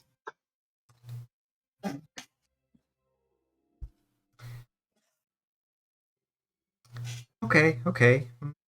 Hey, why don't we say 11.25? 10% discount. Will thinks about it for a bit and says, all right, I will take all of that at 11.25, and then just give me another basic hand crossbow on top to make it an even number. I don't like the even 12. Works for me. Even 12. So he'll give you the 3 hand crossbows that you just purchased. If you don't want the bolts, he's happy to keep them. But if you want, no, she'll take the bolts. Okay. It's just she was saying she could make them. He didn't want to not take them. But you also get 60 normal hand crossbow bolts, in addition to the 20 shock bolts. All right. So one of the hand crossbows is a +1. One auto crossbow, which takes away reloading, I assume. Yes. Yeah, it takes away the loading property. And the last one is just a standard hand crossbow. And I will just tell you the way the shock bolts work is it is a DC 10 Constitution check on the first one when it hits to save against stun. Every time you keep hitting it with it up to a max of 5 cumulative, it will increase up to 20. I might change that. I just came up with that off the top of my head, but it's going to be something like that. Okay, cool. And they don't do damage? Yeah, I might change it a little bit. I might start it slightly higher, but something like that. Cool. It's con save against stun. It might not come up that I ever use those arrows, but the hand crossbow was for other reasons. I wanted it. Sure, I'll meet back up with Alveron, holding. Well, no, I've got a bag of holding, so put all of the crossbows into the bag of hand crossbows. And say, all right, well, Nice. I have. I'm finished. And, she kind of looks at the priestess and says, "Did you have any shopping you needed to do?" Oh, I purchased. I purchased some incense while you two were looking at weapons, but no, I unfortunately can't afford most of the wares here. You should have asked. I have a copious amount of incense that I don't need to use very often. It's for the temple, and this is takeaway night. Will smiles. All right, let's teleport back I have afternoon lessons to deal with. Okay. You all walk back over to the teleportation circle. You have to wait in line for a little bit because this one's a fairly busy teleportation circle. But after a slight wait, you arrive back at the palace in Telenphagon and finish your business. It took you, the better part of an afternoon to do this. Maybe 5 or 6 hours in total between your various different business. But you come back and first one. Sulveran and Uba, is there any shopping? We should do a break before. Before we cut to break, just so I'll able to prepare slightly. Did you two want to do any shopping or anything like that in Telenphagon? I'm not sure what Uba would necessarily buy, so I'd say that if Sulveran goes, Uba would tag along, but I don't think Uba wants to get anything on their own, except maybe like a fair amount of meat or like cooked food. But I mean, I have the table, so you can always just roll in the bazaar and see if something sounds interesting. That's always fun. You want us to roll now? Sure. Go ahead. Roll. Both of you roll a d100, and we will do that. When we come All right. So Sulveran's still, of course, on his constant search for interesting herbs, but he's probably adding to like that set, like cooking herbs. Oh yeah, maybe Uba will tag along if there's like any type of like information about poisoning or like additional poison, or maybe a poisoner's kit. Actually, I don't. No, Uba does have one of those from the Suthanos, so never mind. You can also like roll, since you're looking for something specific, you can also roll an investigation. That will be on top of 88. That's okay. We'll take. You guys want to take 10 or 15? I'm happy with 10. Yeah, 10's fine. We will call it a 10-minute break then, and be back soon.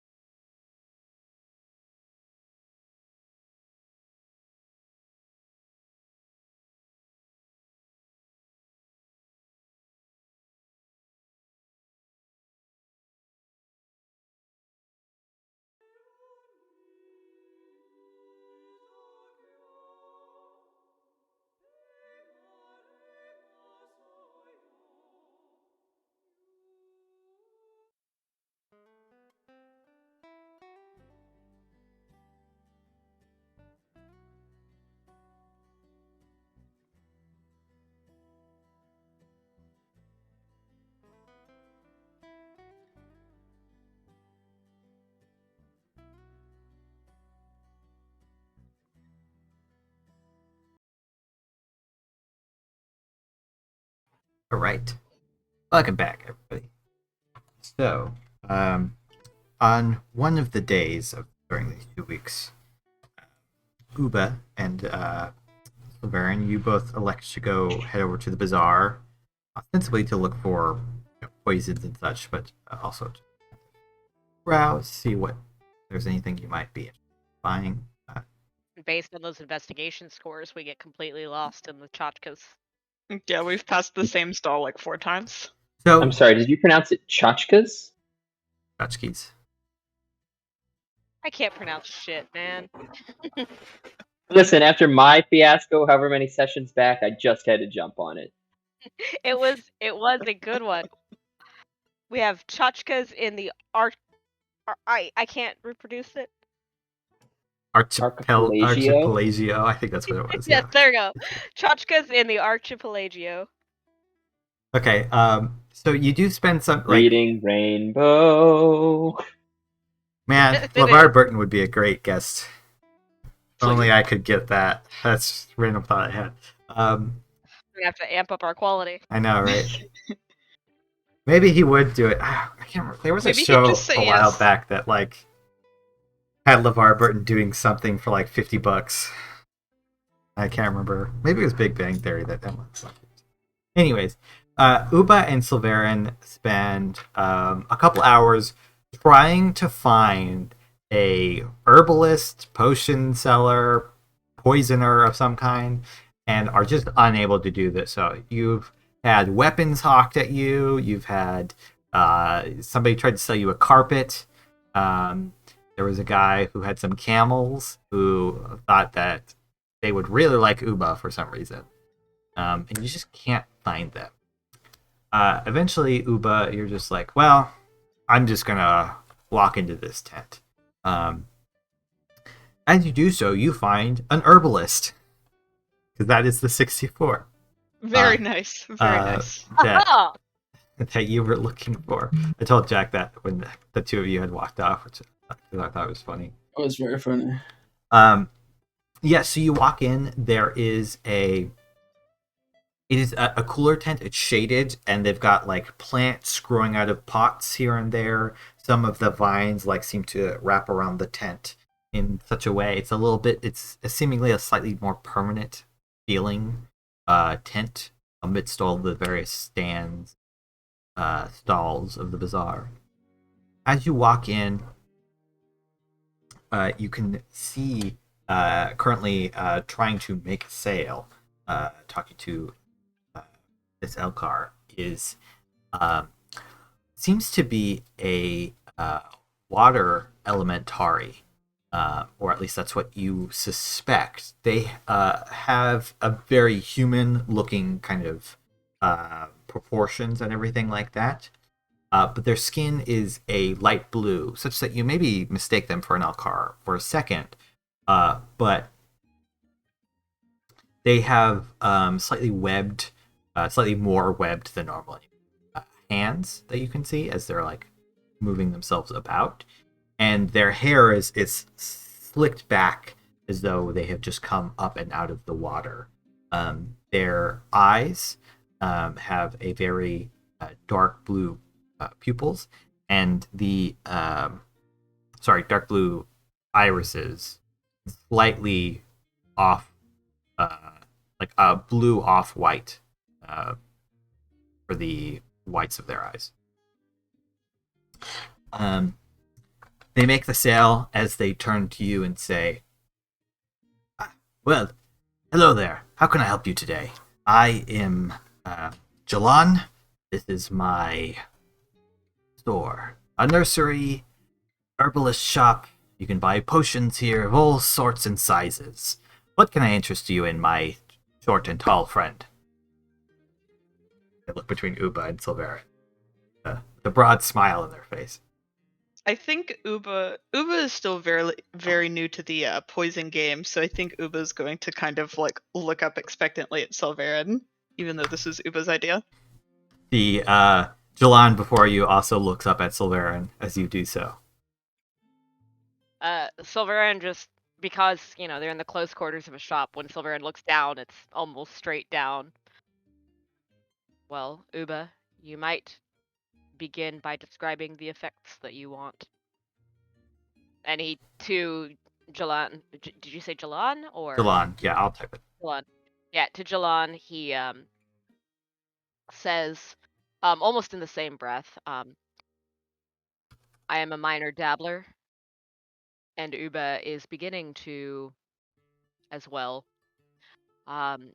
We are both interested, myself in the healing arts, and Uba in the more deadly ones. Uba gives a big grin. Ah, I see. Very interesting sort of business. Very lucrative, at least for myself. Expensive for the two of you, of course. As you're looking at Jalan, he is, fairly tall for a human. Certainly still much shorter than Sulveran. Maybe 6'1" or so. Fairly broad-chested. They're pulling a Sean with their shirt at the moment, although it's maybe even an extra button down from that, revealing a well-muscled but not hairy at all chest. They're wearing kind of silks, like silk shirt, even though it's fairly warm as you're moving into spring here. They've got kind of a purplish vest on over this white silk shirt, which and they're wearing these high leather boots on top of pants, which are very tight around the calves and ankles, but quite loose up in the thighs. Slightly poofy. Well, if it is something of a dangerous nature that you're looking for, I do have some things that might be interested in.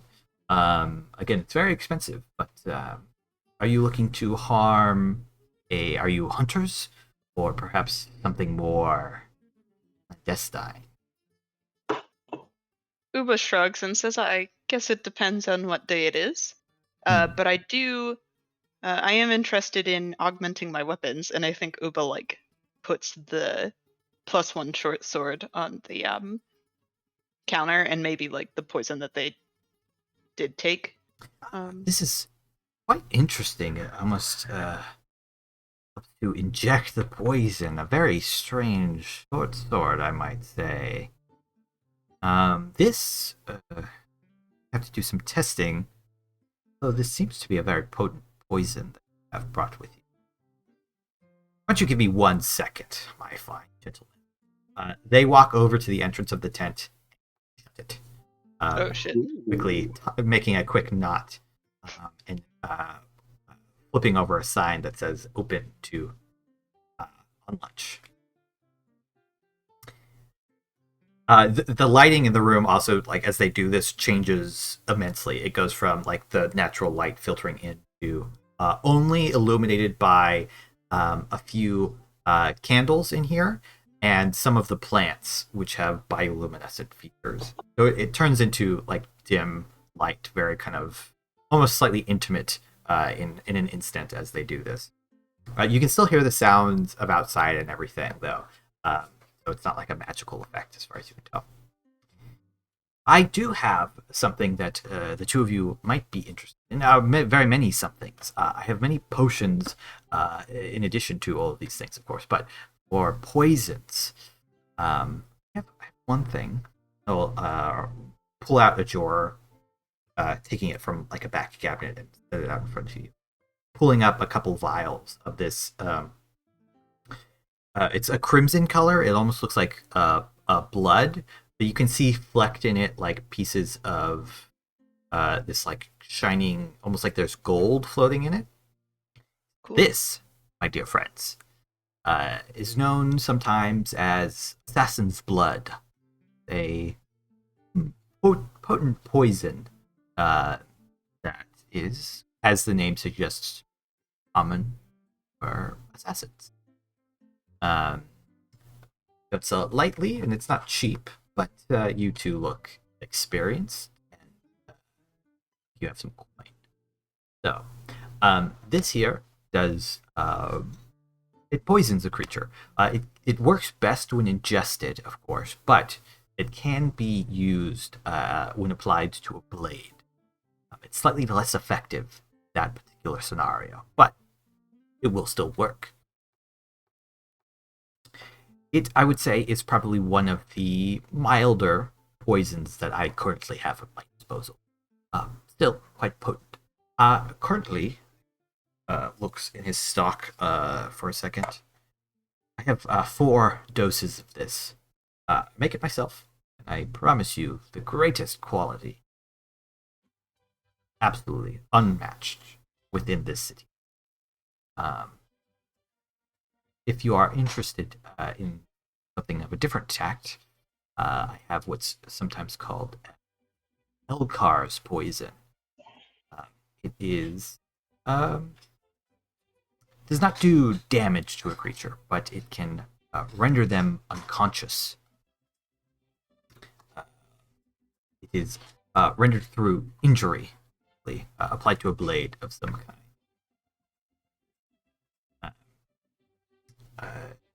Are you looking for something to wound, or to kill, or to incapacitate? I completely skipped over that. I think Uba sits and thinks for a second, and then like not even bothering to like be subtle about it, is like, well, we do tend to fight demons pretty regularly, sometimes dragons, you know, so maybe something that could take down a big creature. And like Uba for once is not actually trying to brag, they're just being practical, but it might come off as bragging. Sulveran clears his throat when the mention of unconsciousness is brought up, and he tilts his head at that bottle and he says, and for somebody, if our quarry was similar to my size, just as effective? I would say perhaps depends on your constitution. A person of your size, I imagine, is a bit hardier than most, so it would be slightly less effective. It might take more of a larger dose or more application. The Elkar poison can be overcome. Of course, it is not guaranteed. Quite powerful, but the rendering of somebody to an unconscious, difficult deal to against their will. You're looking for something to take out a dragon. Is difficult, of course. Do have one of my strongest points. You have 1 dose of. Is made from the sacks of a wyvern. Very powerful, very potent stuff.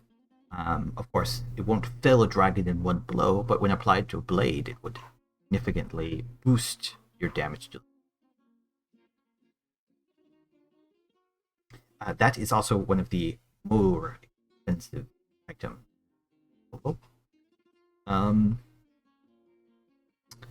So mechanically, to jump out of this salesperson thing, and you guys will, he'll kind of explain it more in depth so that you as characters also understand this. The Assassin's Blood does 1d12 poison damage. It's a DC 10 con save.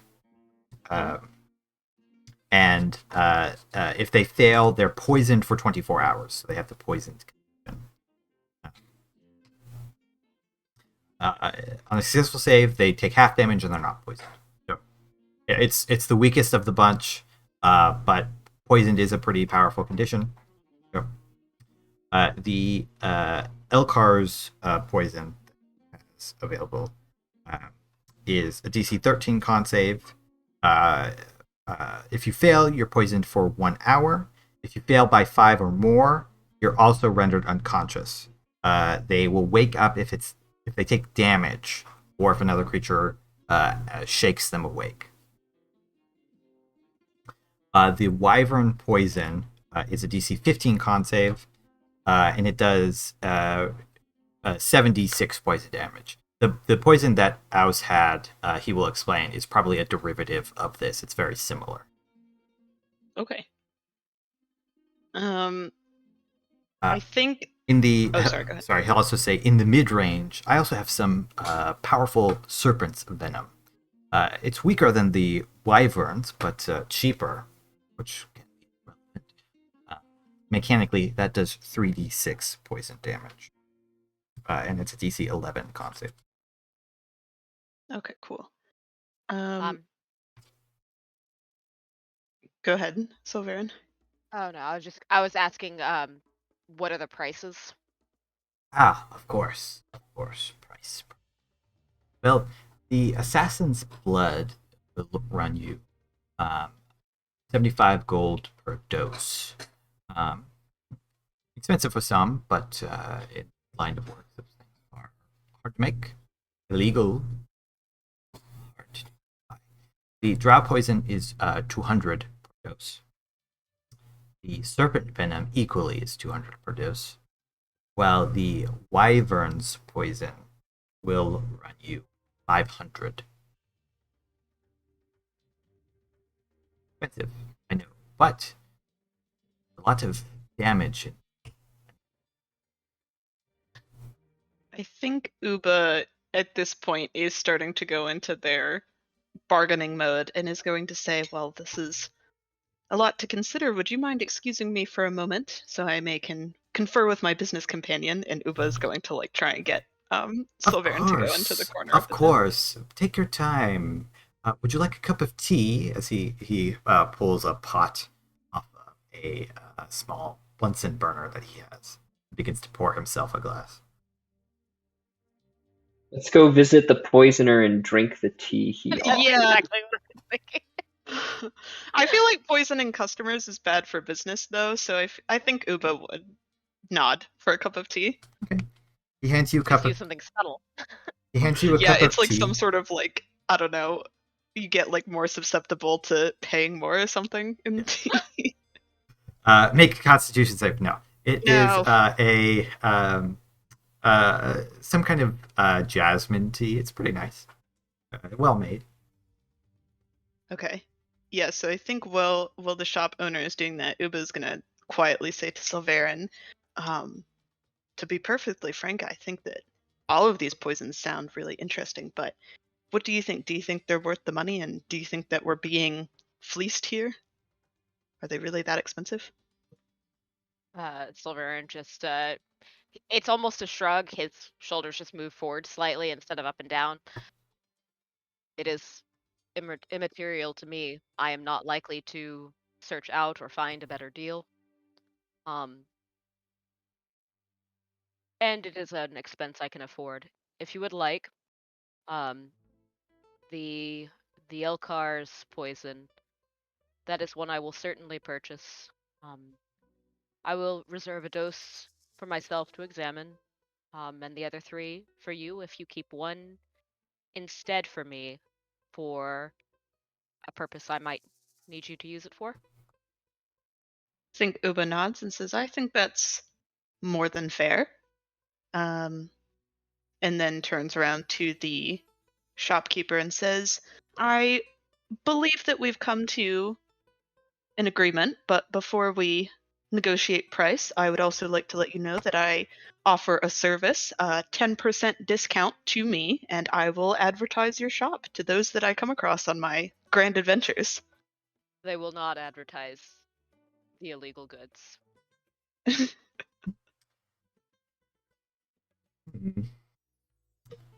Make a persuasion check for that offer. Someday you can have advantage. Oh, I have advantage. Okay. Because you're in Telanthragon. Ooh. Sulveran's also interested in buying just like a smorgasbord of herbs and things that he can experiment with and play with. I'm just all of these are limited in stock, so I'm just rolling. Sure. Pretty well, so but Will comes home with several crossbows. We come home clanking. Yeah, we're basically like a walking laboratory that may or may not explode if two ingredients hit each other that shouldn't. Okay. Also, if there's a poisoner's kit available, Ubo would ask for that too, so that they can practice. Oh, did you not have one? I thought that I had gotten one from the Suthana, but it's not in my inventory, so either I forgot to add it or I just never asked. It's 50 gold. He definitely has one. So Oh, okay, that's yeah. fine. That's fine. 10% discount for Word of My Wares by 2 well-stocked, competent adventurers. I think that such a deal could be amenable. Yes. But I expect to hear returns, or the next time you come back, I will be charging you extra. So make sure that they know to mention your name when they come back. What is your name, by the way? Uba nods and says, my name is Uba, of course, and this here is Sulveran. Uba and Sulveran. Good, good. Good to have customers who are, I assume, not from the city. Travel a lot. Get the word out. Well, I have at my disposal, as I mentioned before, 4 doses of the Assassin's Blood, 3 doses of Drowse Poison, 4 Serpent Poison, 2 of the Wyverns. I can make more, although it takes time, of course. Generally, for the stock, Assassin's Blood is fairly easy. I could brew more within a few days if you like. The Wyvern's Poison is what's difficult, because Wyvern kills are not common. Typically, I have enough. I have a man who comes to see me once or twice a month, and I can make an extra dose when he comes in. But beyond that, I will only have to do some time. On that note, should we come across a wyvern in our travels, perhaps there's another service we could do for you. As I said, I dabble, harvesting, brewing, and I will. And he like stops for a good 30 seconds as he struggles with this little bit of communication that feels like flattery. But he's been watching Uba and he's been watching Will. And he says at last, after this just very long, uncomfortable pause, I will never have the time to establish such, he gestures, expertise. But any advice you might offer in the harvest, and we could bring back for you. And perhaps advice or suggestions on the brewing. I'm always open to more sources, strange goods that adventurers might bring in. Wyverns, of course, happily pay gold, great expense, much as you are paying for the poison at great expense. Any other things? I am interested in all sorts of, as he gestures broadly towards the rest of the tent, herbs, plants, fungus, things that you can find on the floor of the sea. All such things I would have an interest. Should you bring them to? Ooh. I think Uba actually is just going to say, that's incredibly convenient, actually, and is going to put the bottle of snake poison they've been carrying around for like multiple months on the counter, and also they have a demon tooth. Don't we have powder or spores from something too? I don't think so. I don't have that in my inventory. I do think that one of you at one point did. I don't know if it's in your inventories though. I think it was Sulveran. I think it was, and I think it's something I just never added. But I do remember collecting spores. I'll say you have some spores because it was from when you worked through the Green Dragon and saw the vegetable.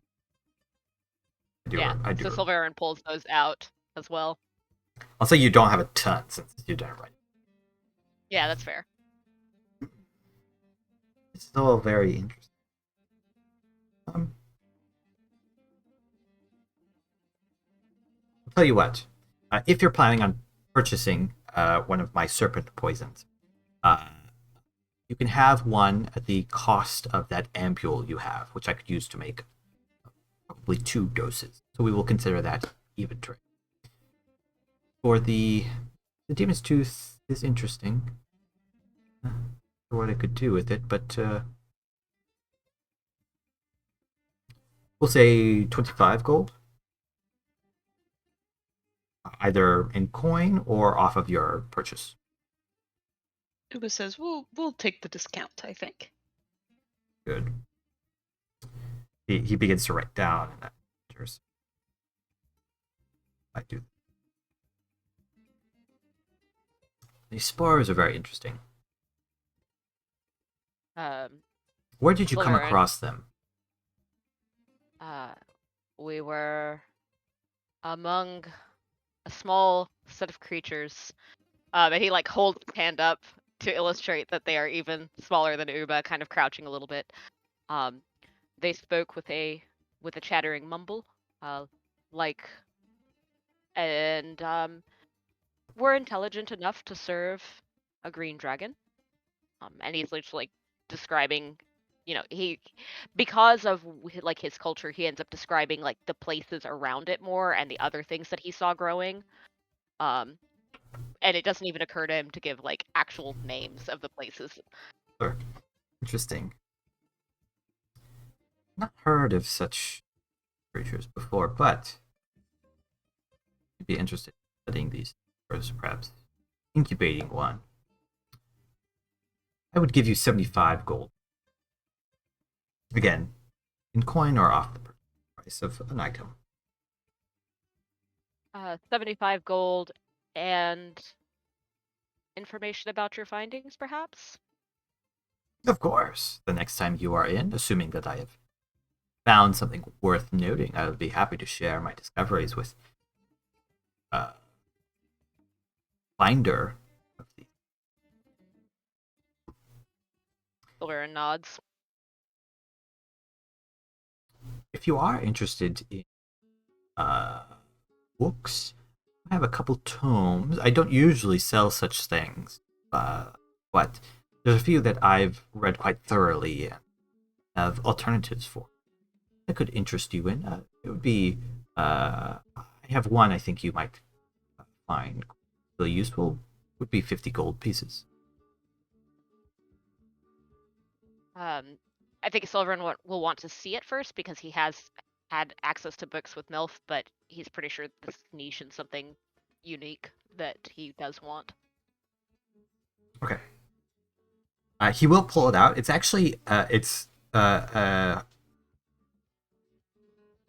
combination of an alchemist's and herbalist's tome. It seems particularly for like somebody in his line of work who is making potions, various other things out of herbs, stuff like that. You might be able to find an equivalent for Melf, but this would be yours to have. Sulveran nods and just kind of moves the book to the the area where he's kind of established as the things he's purchasing, and nods to Uba. I will purchase some supplies. Do you want to continue venturing to make your own with me, Uba, or would you prefer the prepared goods? And there's no censure in the tone, it's just an honest question. I think Uba nods and says, I would be interested in learning how to make potions from all the creatures we'll inevitably slay. Yeah, so in that case, Sulveran's going to just ask him for and agree to the whatever general set. He's basically asking for a general set of ingredients that would help him, especially with the practices shown in the book. For common and a good deal of herbs that you would be able to use in these.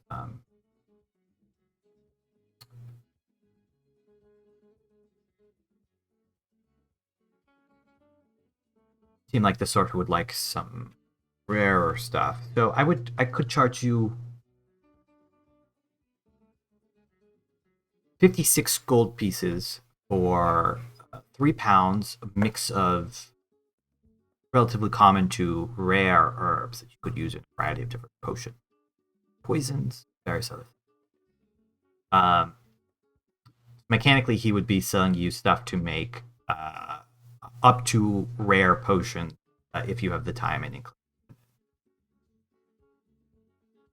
Yeah, and I think. Oh, go ahead. Said neat. Okay. And would those supplies be enough to sustain both him and Uba learning, or would we need to buy 2 kits for that? No, that should be enough, especially if you are apparently using common learnings. Why don't we say 57 gold, and I'll throw in some of the extra lesser valued herbs for experimentation. So, go ahead. Uba's just nodding vigorously. Also, I should say that Uba is fairly flush with cash right now, so if we really want to splurge, we can. Yeah. Sulveran is also very flush with cash and doesn't often spend it, but he does study the salesperson for a moment, trying to decide if they are getting a good deal, and I'm already rolling insight. Right. Oh, that was such a fast roll for such shit numbers. You're kind of looking at this stuff. He seems to be giving you like reasonable prices for everything, as far as you can tell. He doesn't seem to be trying to. I mean, he's trying to make money, but he's not necessarily trying to rob you in the process. Sulveran just looks to Uba. Well, I will purchase the 3 doses of Elkar's poison, the book, and the ingredients. Uba nods and says, and I will purchase 1 each of the assassin's blood, the snake poison, or the serpent's poison, and the wyvern poison. And perhaps we can study it more and learn about it. All right. Oh, and a poisoner's kit too, I guess, because Sulveran's just buying herbs, right?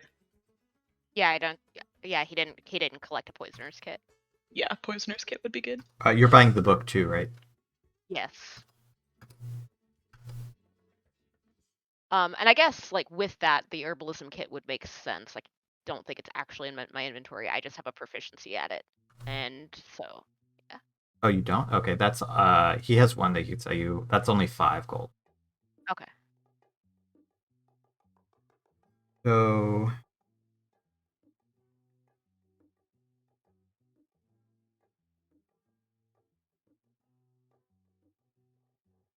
if I take the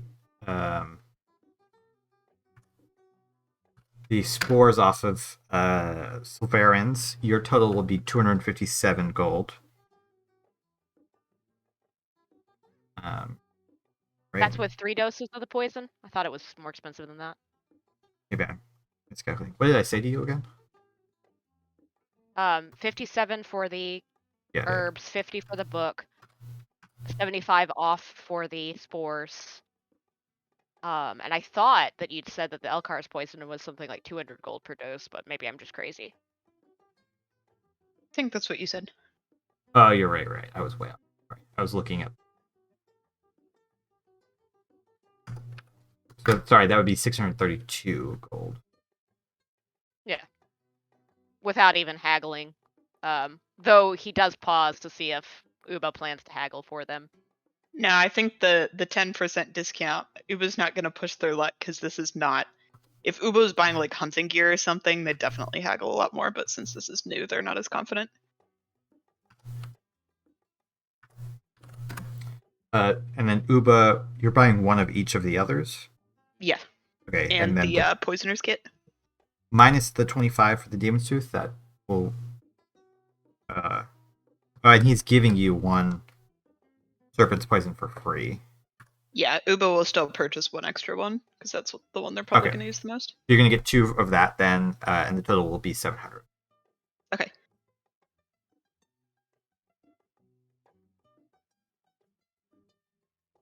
And if you ever need to look these up again, they are in the DMG. I've renamed Drow's Poison to Elkar's Poison, but you can find them.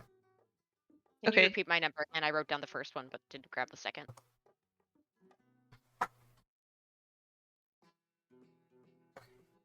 Was I audible? Sorry, what was the question? Yeah. Can you give me that second number again? I wrote down the first one, not the second. 632 gold. Thank you. Also, what was the name of this store? Uba needs to have it on record for advertising purposes. I'll tell you. Well, of course, I am Jalan.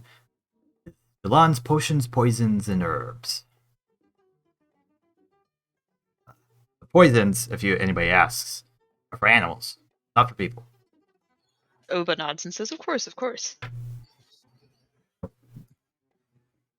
I do have potions, if you're interested. Healing potions, potions of water breathing, potions of... I have one potion of fire breathing. Kobolds, at least I met one kobold who was very interested in that. He enjoyed a great deal. So perhaps you might be interested as well. Uba's struggling very hard because they just dropped a load of money, but being able to breathe fire sounds really cool. So they're gonna say how much for the fire breathing? 250. Uba's just gonna put 250 gold on the counter. He hands you the potion. Okay, now Uba's done for real this time. If you decide, if you decide you want to buy the healing potions before you guys leave, you can always come back. He'll be in the same spot. Okay. And Jalan is Sulveran. more than happy to sell you potion. Sulveran gets an unusually an unusual glint in his eye, and he leans down to Uba as they are headed out into the market again, and he says, "Perhaps you do not share with anyone the potion that you have until there's a use for it." Uba nods and says, I'll make sure to use it as a proper time. But Uba's just like, I don't know, kind of like the equivalent of a kid in a candy shop, but just the fact that they have all these really deadly poisons. Sulveran's just looking forward to the time that Uba or Kojin suddenly starts breathing fire out of nowhere. Oh yeah, Kojin could have it. I will run through this next one quickly because I think Silver will not buy anything. You stop by a carpet seller, or rather, you are called forth towards a carpet salesman. In a strange voice, he says, "You there, tall one. Come here. Come hither. Welcome. Welcome."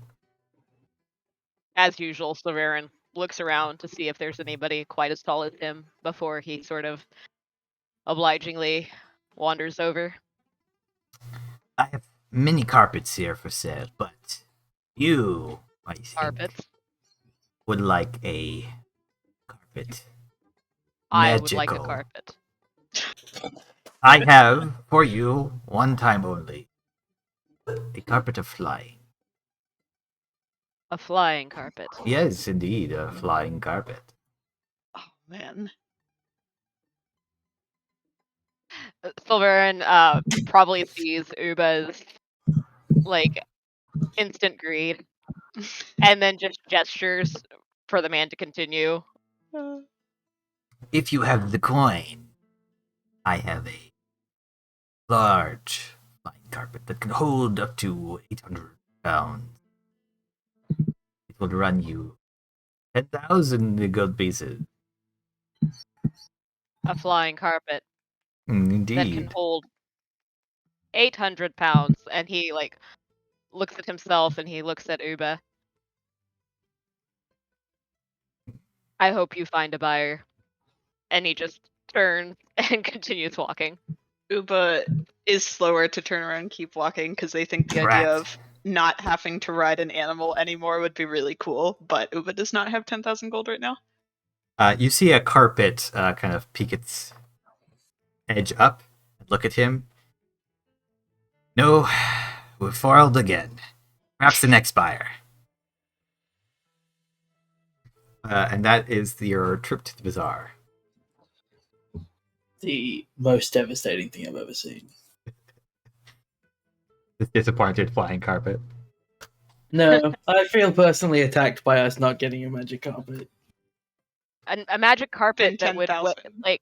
take Sulveran, his armor, and Uba, and their armor. Or If there'd been a kobold or sized one. Alveron, Kobold, Alveron, Uber, and Will, and Kella and Kala easily, and you other two can deal with your own shit.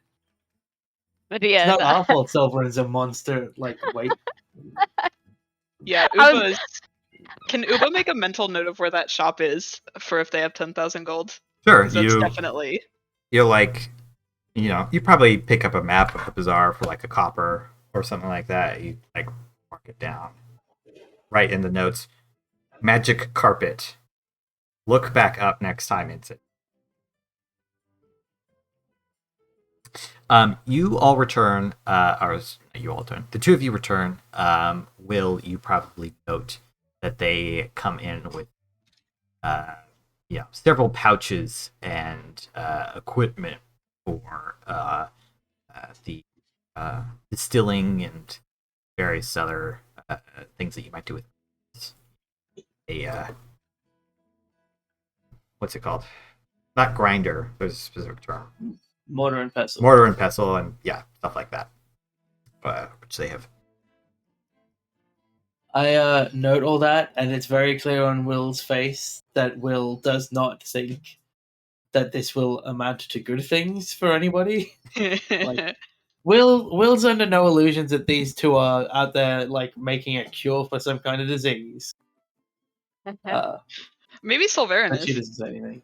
Yeah, I mean, but the two of you Sulveran's together stops that being the likelihood. But she doesn't say anything. She's teaching Keller to keep her crossbow trained on someone, so there's no bolt in it, but it's just pointed at Uber, like the whole way Uber's walking across the room. Uba doesn't notice at all.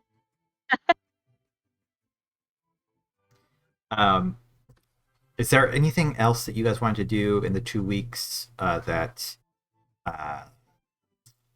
you don't want to just do over text? I think Will does want to go talk to Sulveran at some point. One day, like maybe, it's probably like towards the end of the 2 weeks, like 3 days or so left, and Will just like knocks on Sulveran's door.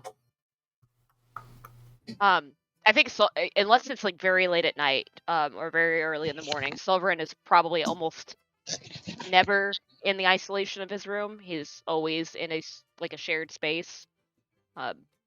So is it one of those times or room? Yeah, it's probably very late. In that Like, case, yeah, Will probably was like going to bed hours ago and is surprisingly awake. Yeah, in that case, Sulveran just kind of there's a long pause because he doesn't usually get late visitors. But when he sees that it's Will at the door, he just steps aside, letting them in. His room is very sparse. Like the only thing out and that's been fiddled with us all is like he's got his desk where the book is open and there are like a small pile of herbs that have been crushed and are drying. But otherwise than that, it's extremely clean. It's an improvement from the two other people that frequently live in Will's room. Will like walks in and probably is there like there's a bed and like a seat that sometimes Sulveran sits at. Yeah, and there's a bed. There's the chair. The chair is like kept next to the window with like a small table next to it.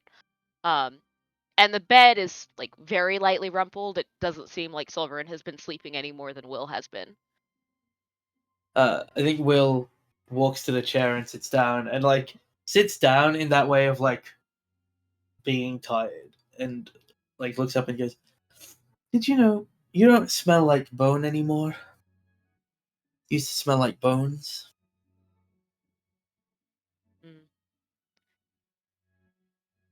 I have given up something. It's unusual. I noticed she, like, too. She sighs for a minute and like tilts her head back and says, how are you coping with the not exiled but exiled thing?" He probably is. At first, he goes to sit on the bed, but because it's not at an angle that makes for easy conversation with the chair, he just settles onto the floor, which doesn't actually put him that much lower than Will. He's sprawled out, and he just stares at Will for a very long moment. Normally does make a lot of eye contact and like reads other people's body language, but is like head tilted back, staring at the ceiling, not even paying attention to you. That probably comforts him, and so he sighs. It is the sound of a bellows just compressing extremely deep and long. I think that it might have been easier had they not welcomed me back.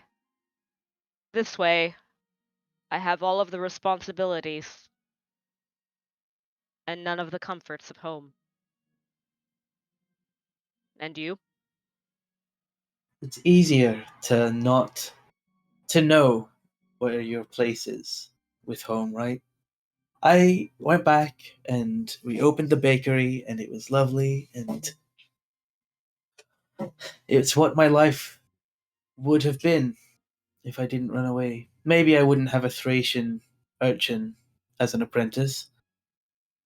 I probably wouldn't be dating a definitely sometime in her life murderess. But I would have just run a bakery and it was nice. And then I was called to the coldest place that I've ever been.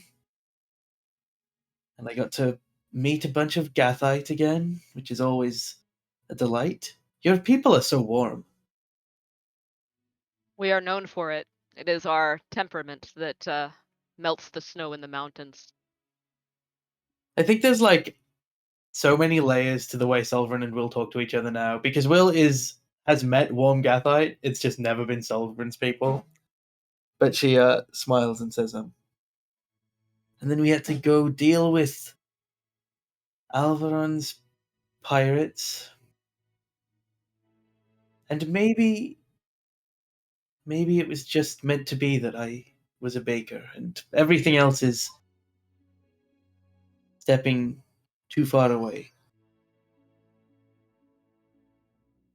Do you think that? Genuinely? I think a lot of things, Sulveran. I can't trust just the things I think. I asked Sil about magic and flexibility and stepping away from the rigidity of what is meant to be and being more curious and flexible, and unsurprisingly, Sil's cryptic answer was that was how she liked it. But she spoke to you. Well, sure, in a fashion. I'm very good to talk to, so it makes sense that a god would choose to. This is She like fair. scratches her neck, and like Will doesn't normally keep her nails long, but they have been growing, and like you can actually see the length of her nails. But she's scratching her neck like hard enough to draw slight amounts of blood, as like just the anxiety that is normally so tightly wound inside Will, like just unravels a little bit. And she catches herself, and with like a slight push of pressure to push her fingers away, she brings them back into like her lap and says, I got the taste of what it would be like to be at home, but it still wasn't really home because I'm not part of that village. Everyone liked that the bakery opened, everybody enjoyed the bread.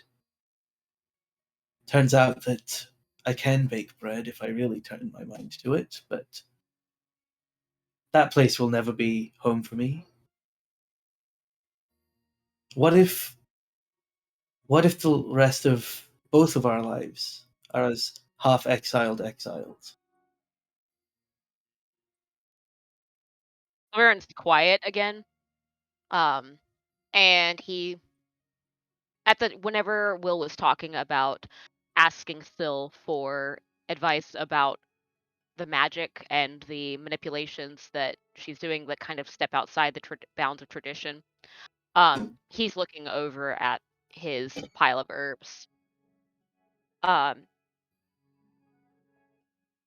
Well, our lives are only so long.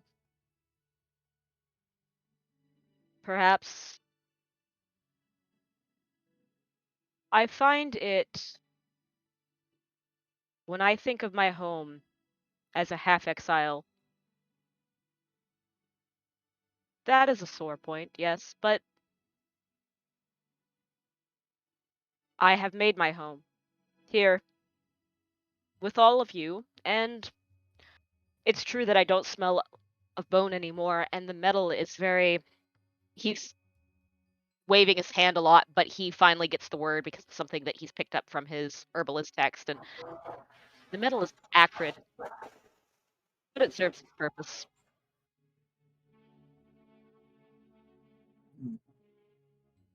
There is a natural decaying smell to bone armor, and the rust, as it is taken from metal, is not the same. I should have known when talking to a cleric of Mordain that you would couch everything in the fact that we don't live long. I am, if anything, I am told, predictable. It does not necessarily make me somebody you would come to for a conversation to be told things that you do not know.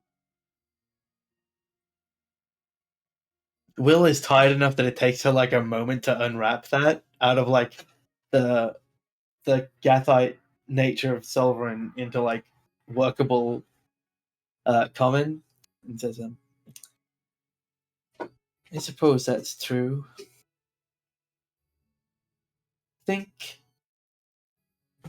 maybe I ran away when I was however old, a long time ago. And even through this adventure, it's still running. I'm still running somewhere. And maybe I just have to accept that now that I'm on the path of a hero. And she says it with such sarcasm that, like, it's just dripping off every word, every, like, inch of the word.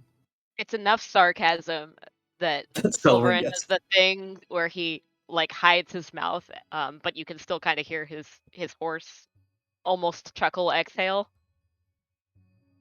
Maybe the point of running is that you find a path that you can start walking on instead of running. We're back to paths then. It seems we travel the same one easier these days, though. Well, when you've walked for long enough, it's easy to adjust. Uber's a lord now.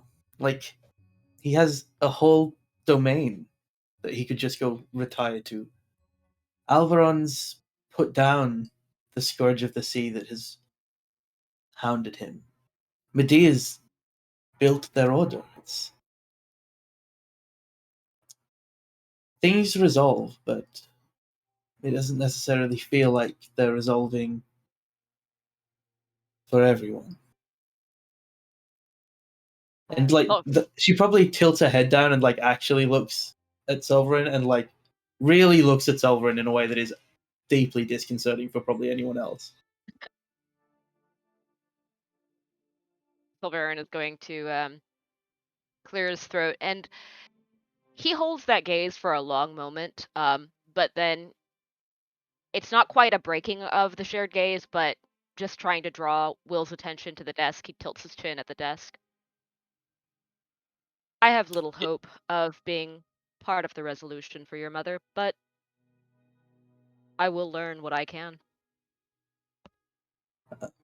Will smiles and says, I don't know that it's about that anymore. It's the next step. My mother will get better, as you so adequately put it, will not live forever. The step after is the one that's hard. If she gets better, that's still not home. Maybe I am destined to, instead of being Will, the girl in the bakery, or Captain Willow, maybe I am to be a world-renowned bard. Maybe one day they'll talk of me in the same sentence as Melfindian and Torilus and Vesta. And maybe that's where home will be. In exploits rather than in a location.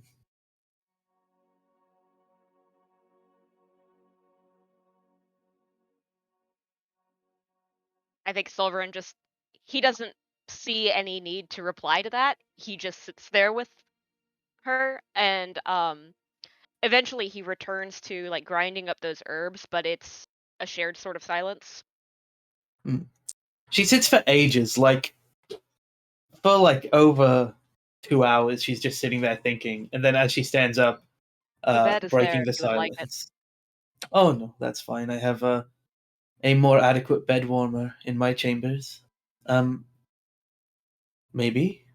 She thinks about where Kala probably is, and says, anyway, you should come to the Golden Rook. And she like tells Sulveran to come to a tavern, and it's a tavern that she's been like playing at as an actual performer, like whenever they've had this downtime. And, maybe the first step of the path of Willow the Bard will start. I will be there. May I bring Uba? Sure, you can bring everyone. I mean, I'll probably tell everyone. It would be weird to just invite you, I suppose. Will thinks about if it would be weird, or if it would be weird to revoke that as like she's fine performing in front of everybody, but performing in front of this group is like that's maybe not as good. Anyway, don't let Uba make too many poisons. It's just a matter of time till Kojin eats one. With any luck, Kojin will not be attracted to the little glass bottles.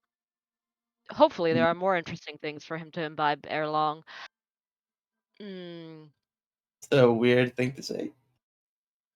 There are interesting potions. I think also there was something I wanted to bring up, but I can't remember it right now. One sec. Give me a moment here, out of character. Sure. In the 2 hour of silence they spent. Yes, in the 2 hours of silence they spent. I got nothing. There was something, but it's not here anymore. As Will leaves, I think her final words to Sulveran, or like the start of her final words, that day still answered, but in a very still way. I think all the gods speak differently. Semillus you can only speak to when you're at the bottom of the ocean, doing something needlessly dramatic.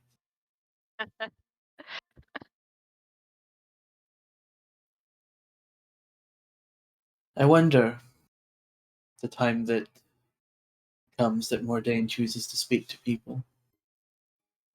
Maybe it's better to not find yourself in those positions. Above board, Andrew. Yes. During Sulveran's youth, when he converted to Mordain, hopefully you know what I'm thinking about. Did he hear Mordain at that point, or did he just tell himself he heard Mordain? Does he even know? So before you left, before you were exiled, you've never heard a voice. You've never heard Mordain like speak definitive words to you. That you know for sure. I think you used to feel around really only around people who were passing, or before you were sending them off to when age or injury was about to take them and the place Gathite go. You would sometimes get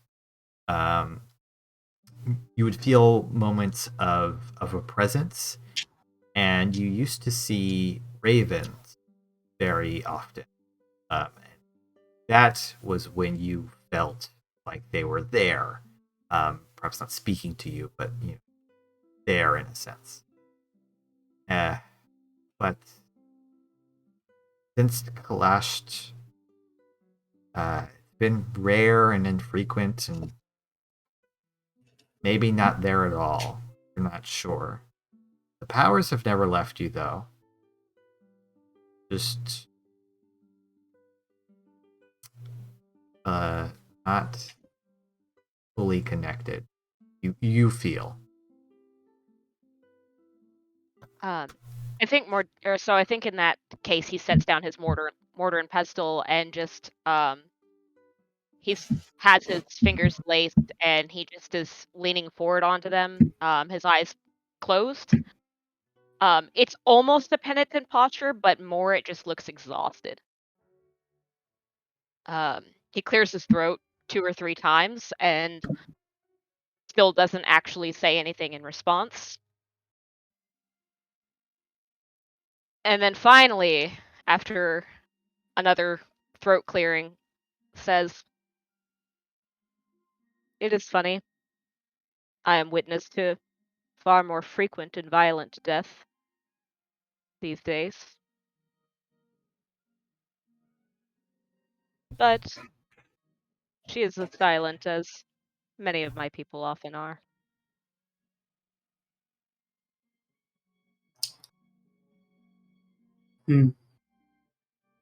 Maybe, no, maybe not. And Will like clearly has a thought, and clearly decides not to share it. In that There, moment, if you are concerned that I will be offended, I shall not. I'm not concerned that you'll be offended, and if I was concerned you'd be offended, I'd still say it anyway. It's just some thoughts and experiments need more time to come into the world. Then take your time. All right. Will like kind of knocks on the doorframe as she leaves, just as like a weird little end to the conversation, and then heads off. It might have been late enough. Is Sulveran like been staying awake all night? It's probably one of those. I'm thinking that this is that night that he's just up fairly long, but he can't possibly sustain that every night. So it's it's pretty close to like that 3-4 a.m. sort of thing. I think Will, instead of going back to bed, just like is like, well, I'm not going to go sleep. I have like things on my mind that I want to do when stores open. So she goes and like sits in the sitting room and has some tea and waits for breakfast and just rolls through till the next day. Okay. During this 2 weeks, at some point, after Alveron will, you two have got back from going to the temple. Alveron, you find yourself in the in Melfindine's sitting room. Pretty typical. Often serves tea and coffee, but you find yourself in there with Kala, who is reading a book. You've just entered in, looking around, just out. And when they look up and notice you, they kind of put down the book and say, "Alveron, for some tea." They begin to pour you a cup. I'll walk over and take it gladly. Put a spot of sugar in it. Is there an open seat by them? Yes. I'll take a seat. Do I notice what they're reading? It seems to be a spell book. Of some kind. Probably one of the elves, you think. The text to you seems illegible, but you recognize it, having been around Kala and Will for some time now. They look at you and they say, I haven't spoken to you much lately. All been off and about and all these things. you're back here and getting ready to leave. Culminate that initial meeting. It's been many, many months since that first time.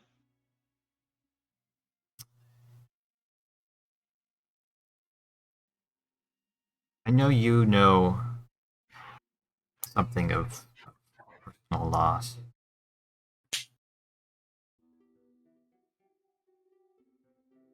Do you think we're going to find him?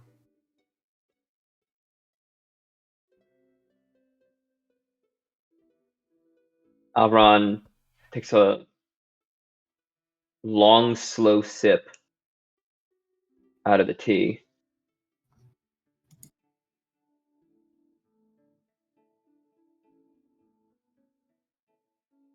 You do not seem to surround yourself with people that are easy to kill, Kama. It's true. I doubt that wherever they are, they're unreachable. I think we'll find them. It's been a habit of mine, sometimes to my detriment. I appreciate that. I could use that optimism. Exciting. Finally getting to it.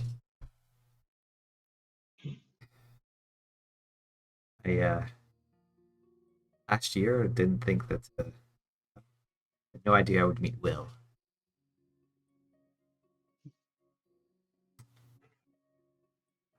I don't think any of us expected to get here the way we did, or to become who we did on that way. Do you think you'll still recognize him? Oh yes. A hard man to beat down. I just, I hope they haven't done it.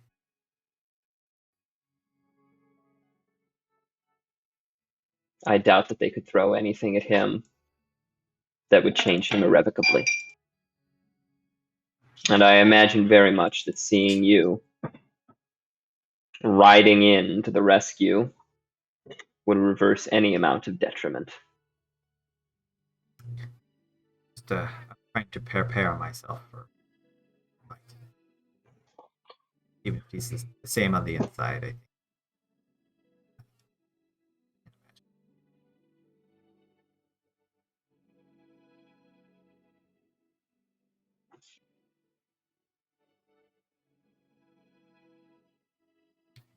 I think I'm ready though.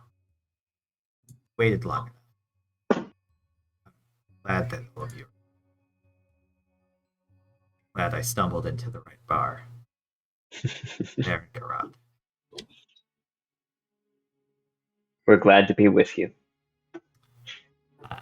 You hold up a glass to chink with yours. And I think that's where we're going to end the session. Pick up. I think either with the meeting, if you guys want to role play that out, or with you guys on the road. We'll talk about that a little bit. And I'll probably narrate through whatever Medea is doing. Thanks everybody for playing. It feels really good to be back to the main game with everybody. Not having my computer not be a non-functional hunk of money that I had spent. So, aren't you glad that waited till after you finished school? Yes, I am extremely glad that I finished my dissertation before my computer stopped working. That would have been a night. Yeah. That actually makes me feel better about the situation. Thanks for pointing that out, Troy. Yeah. Like Sulveran, I am the yeah, enemy of silver lining. yes. We will see you all next week as we get into it. Take care, everybody.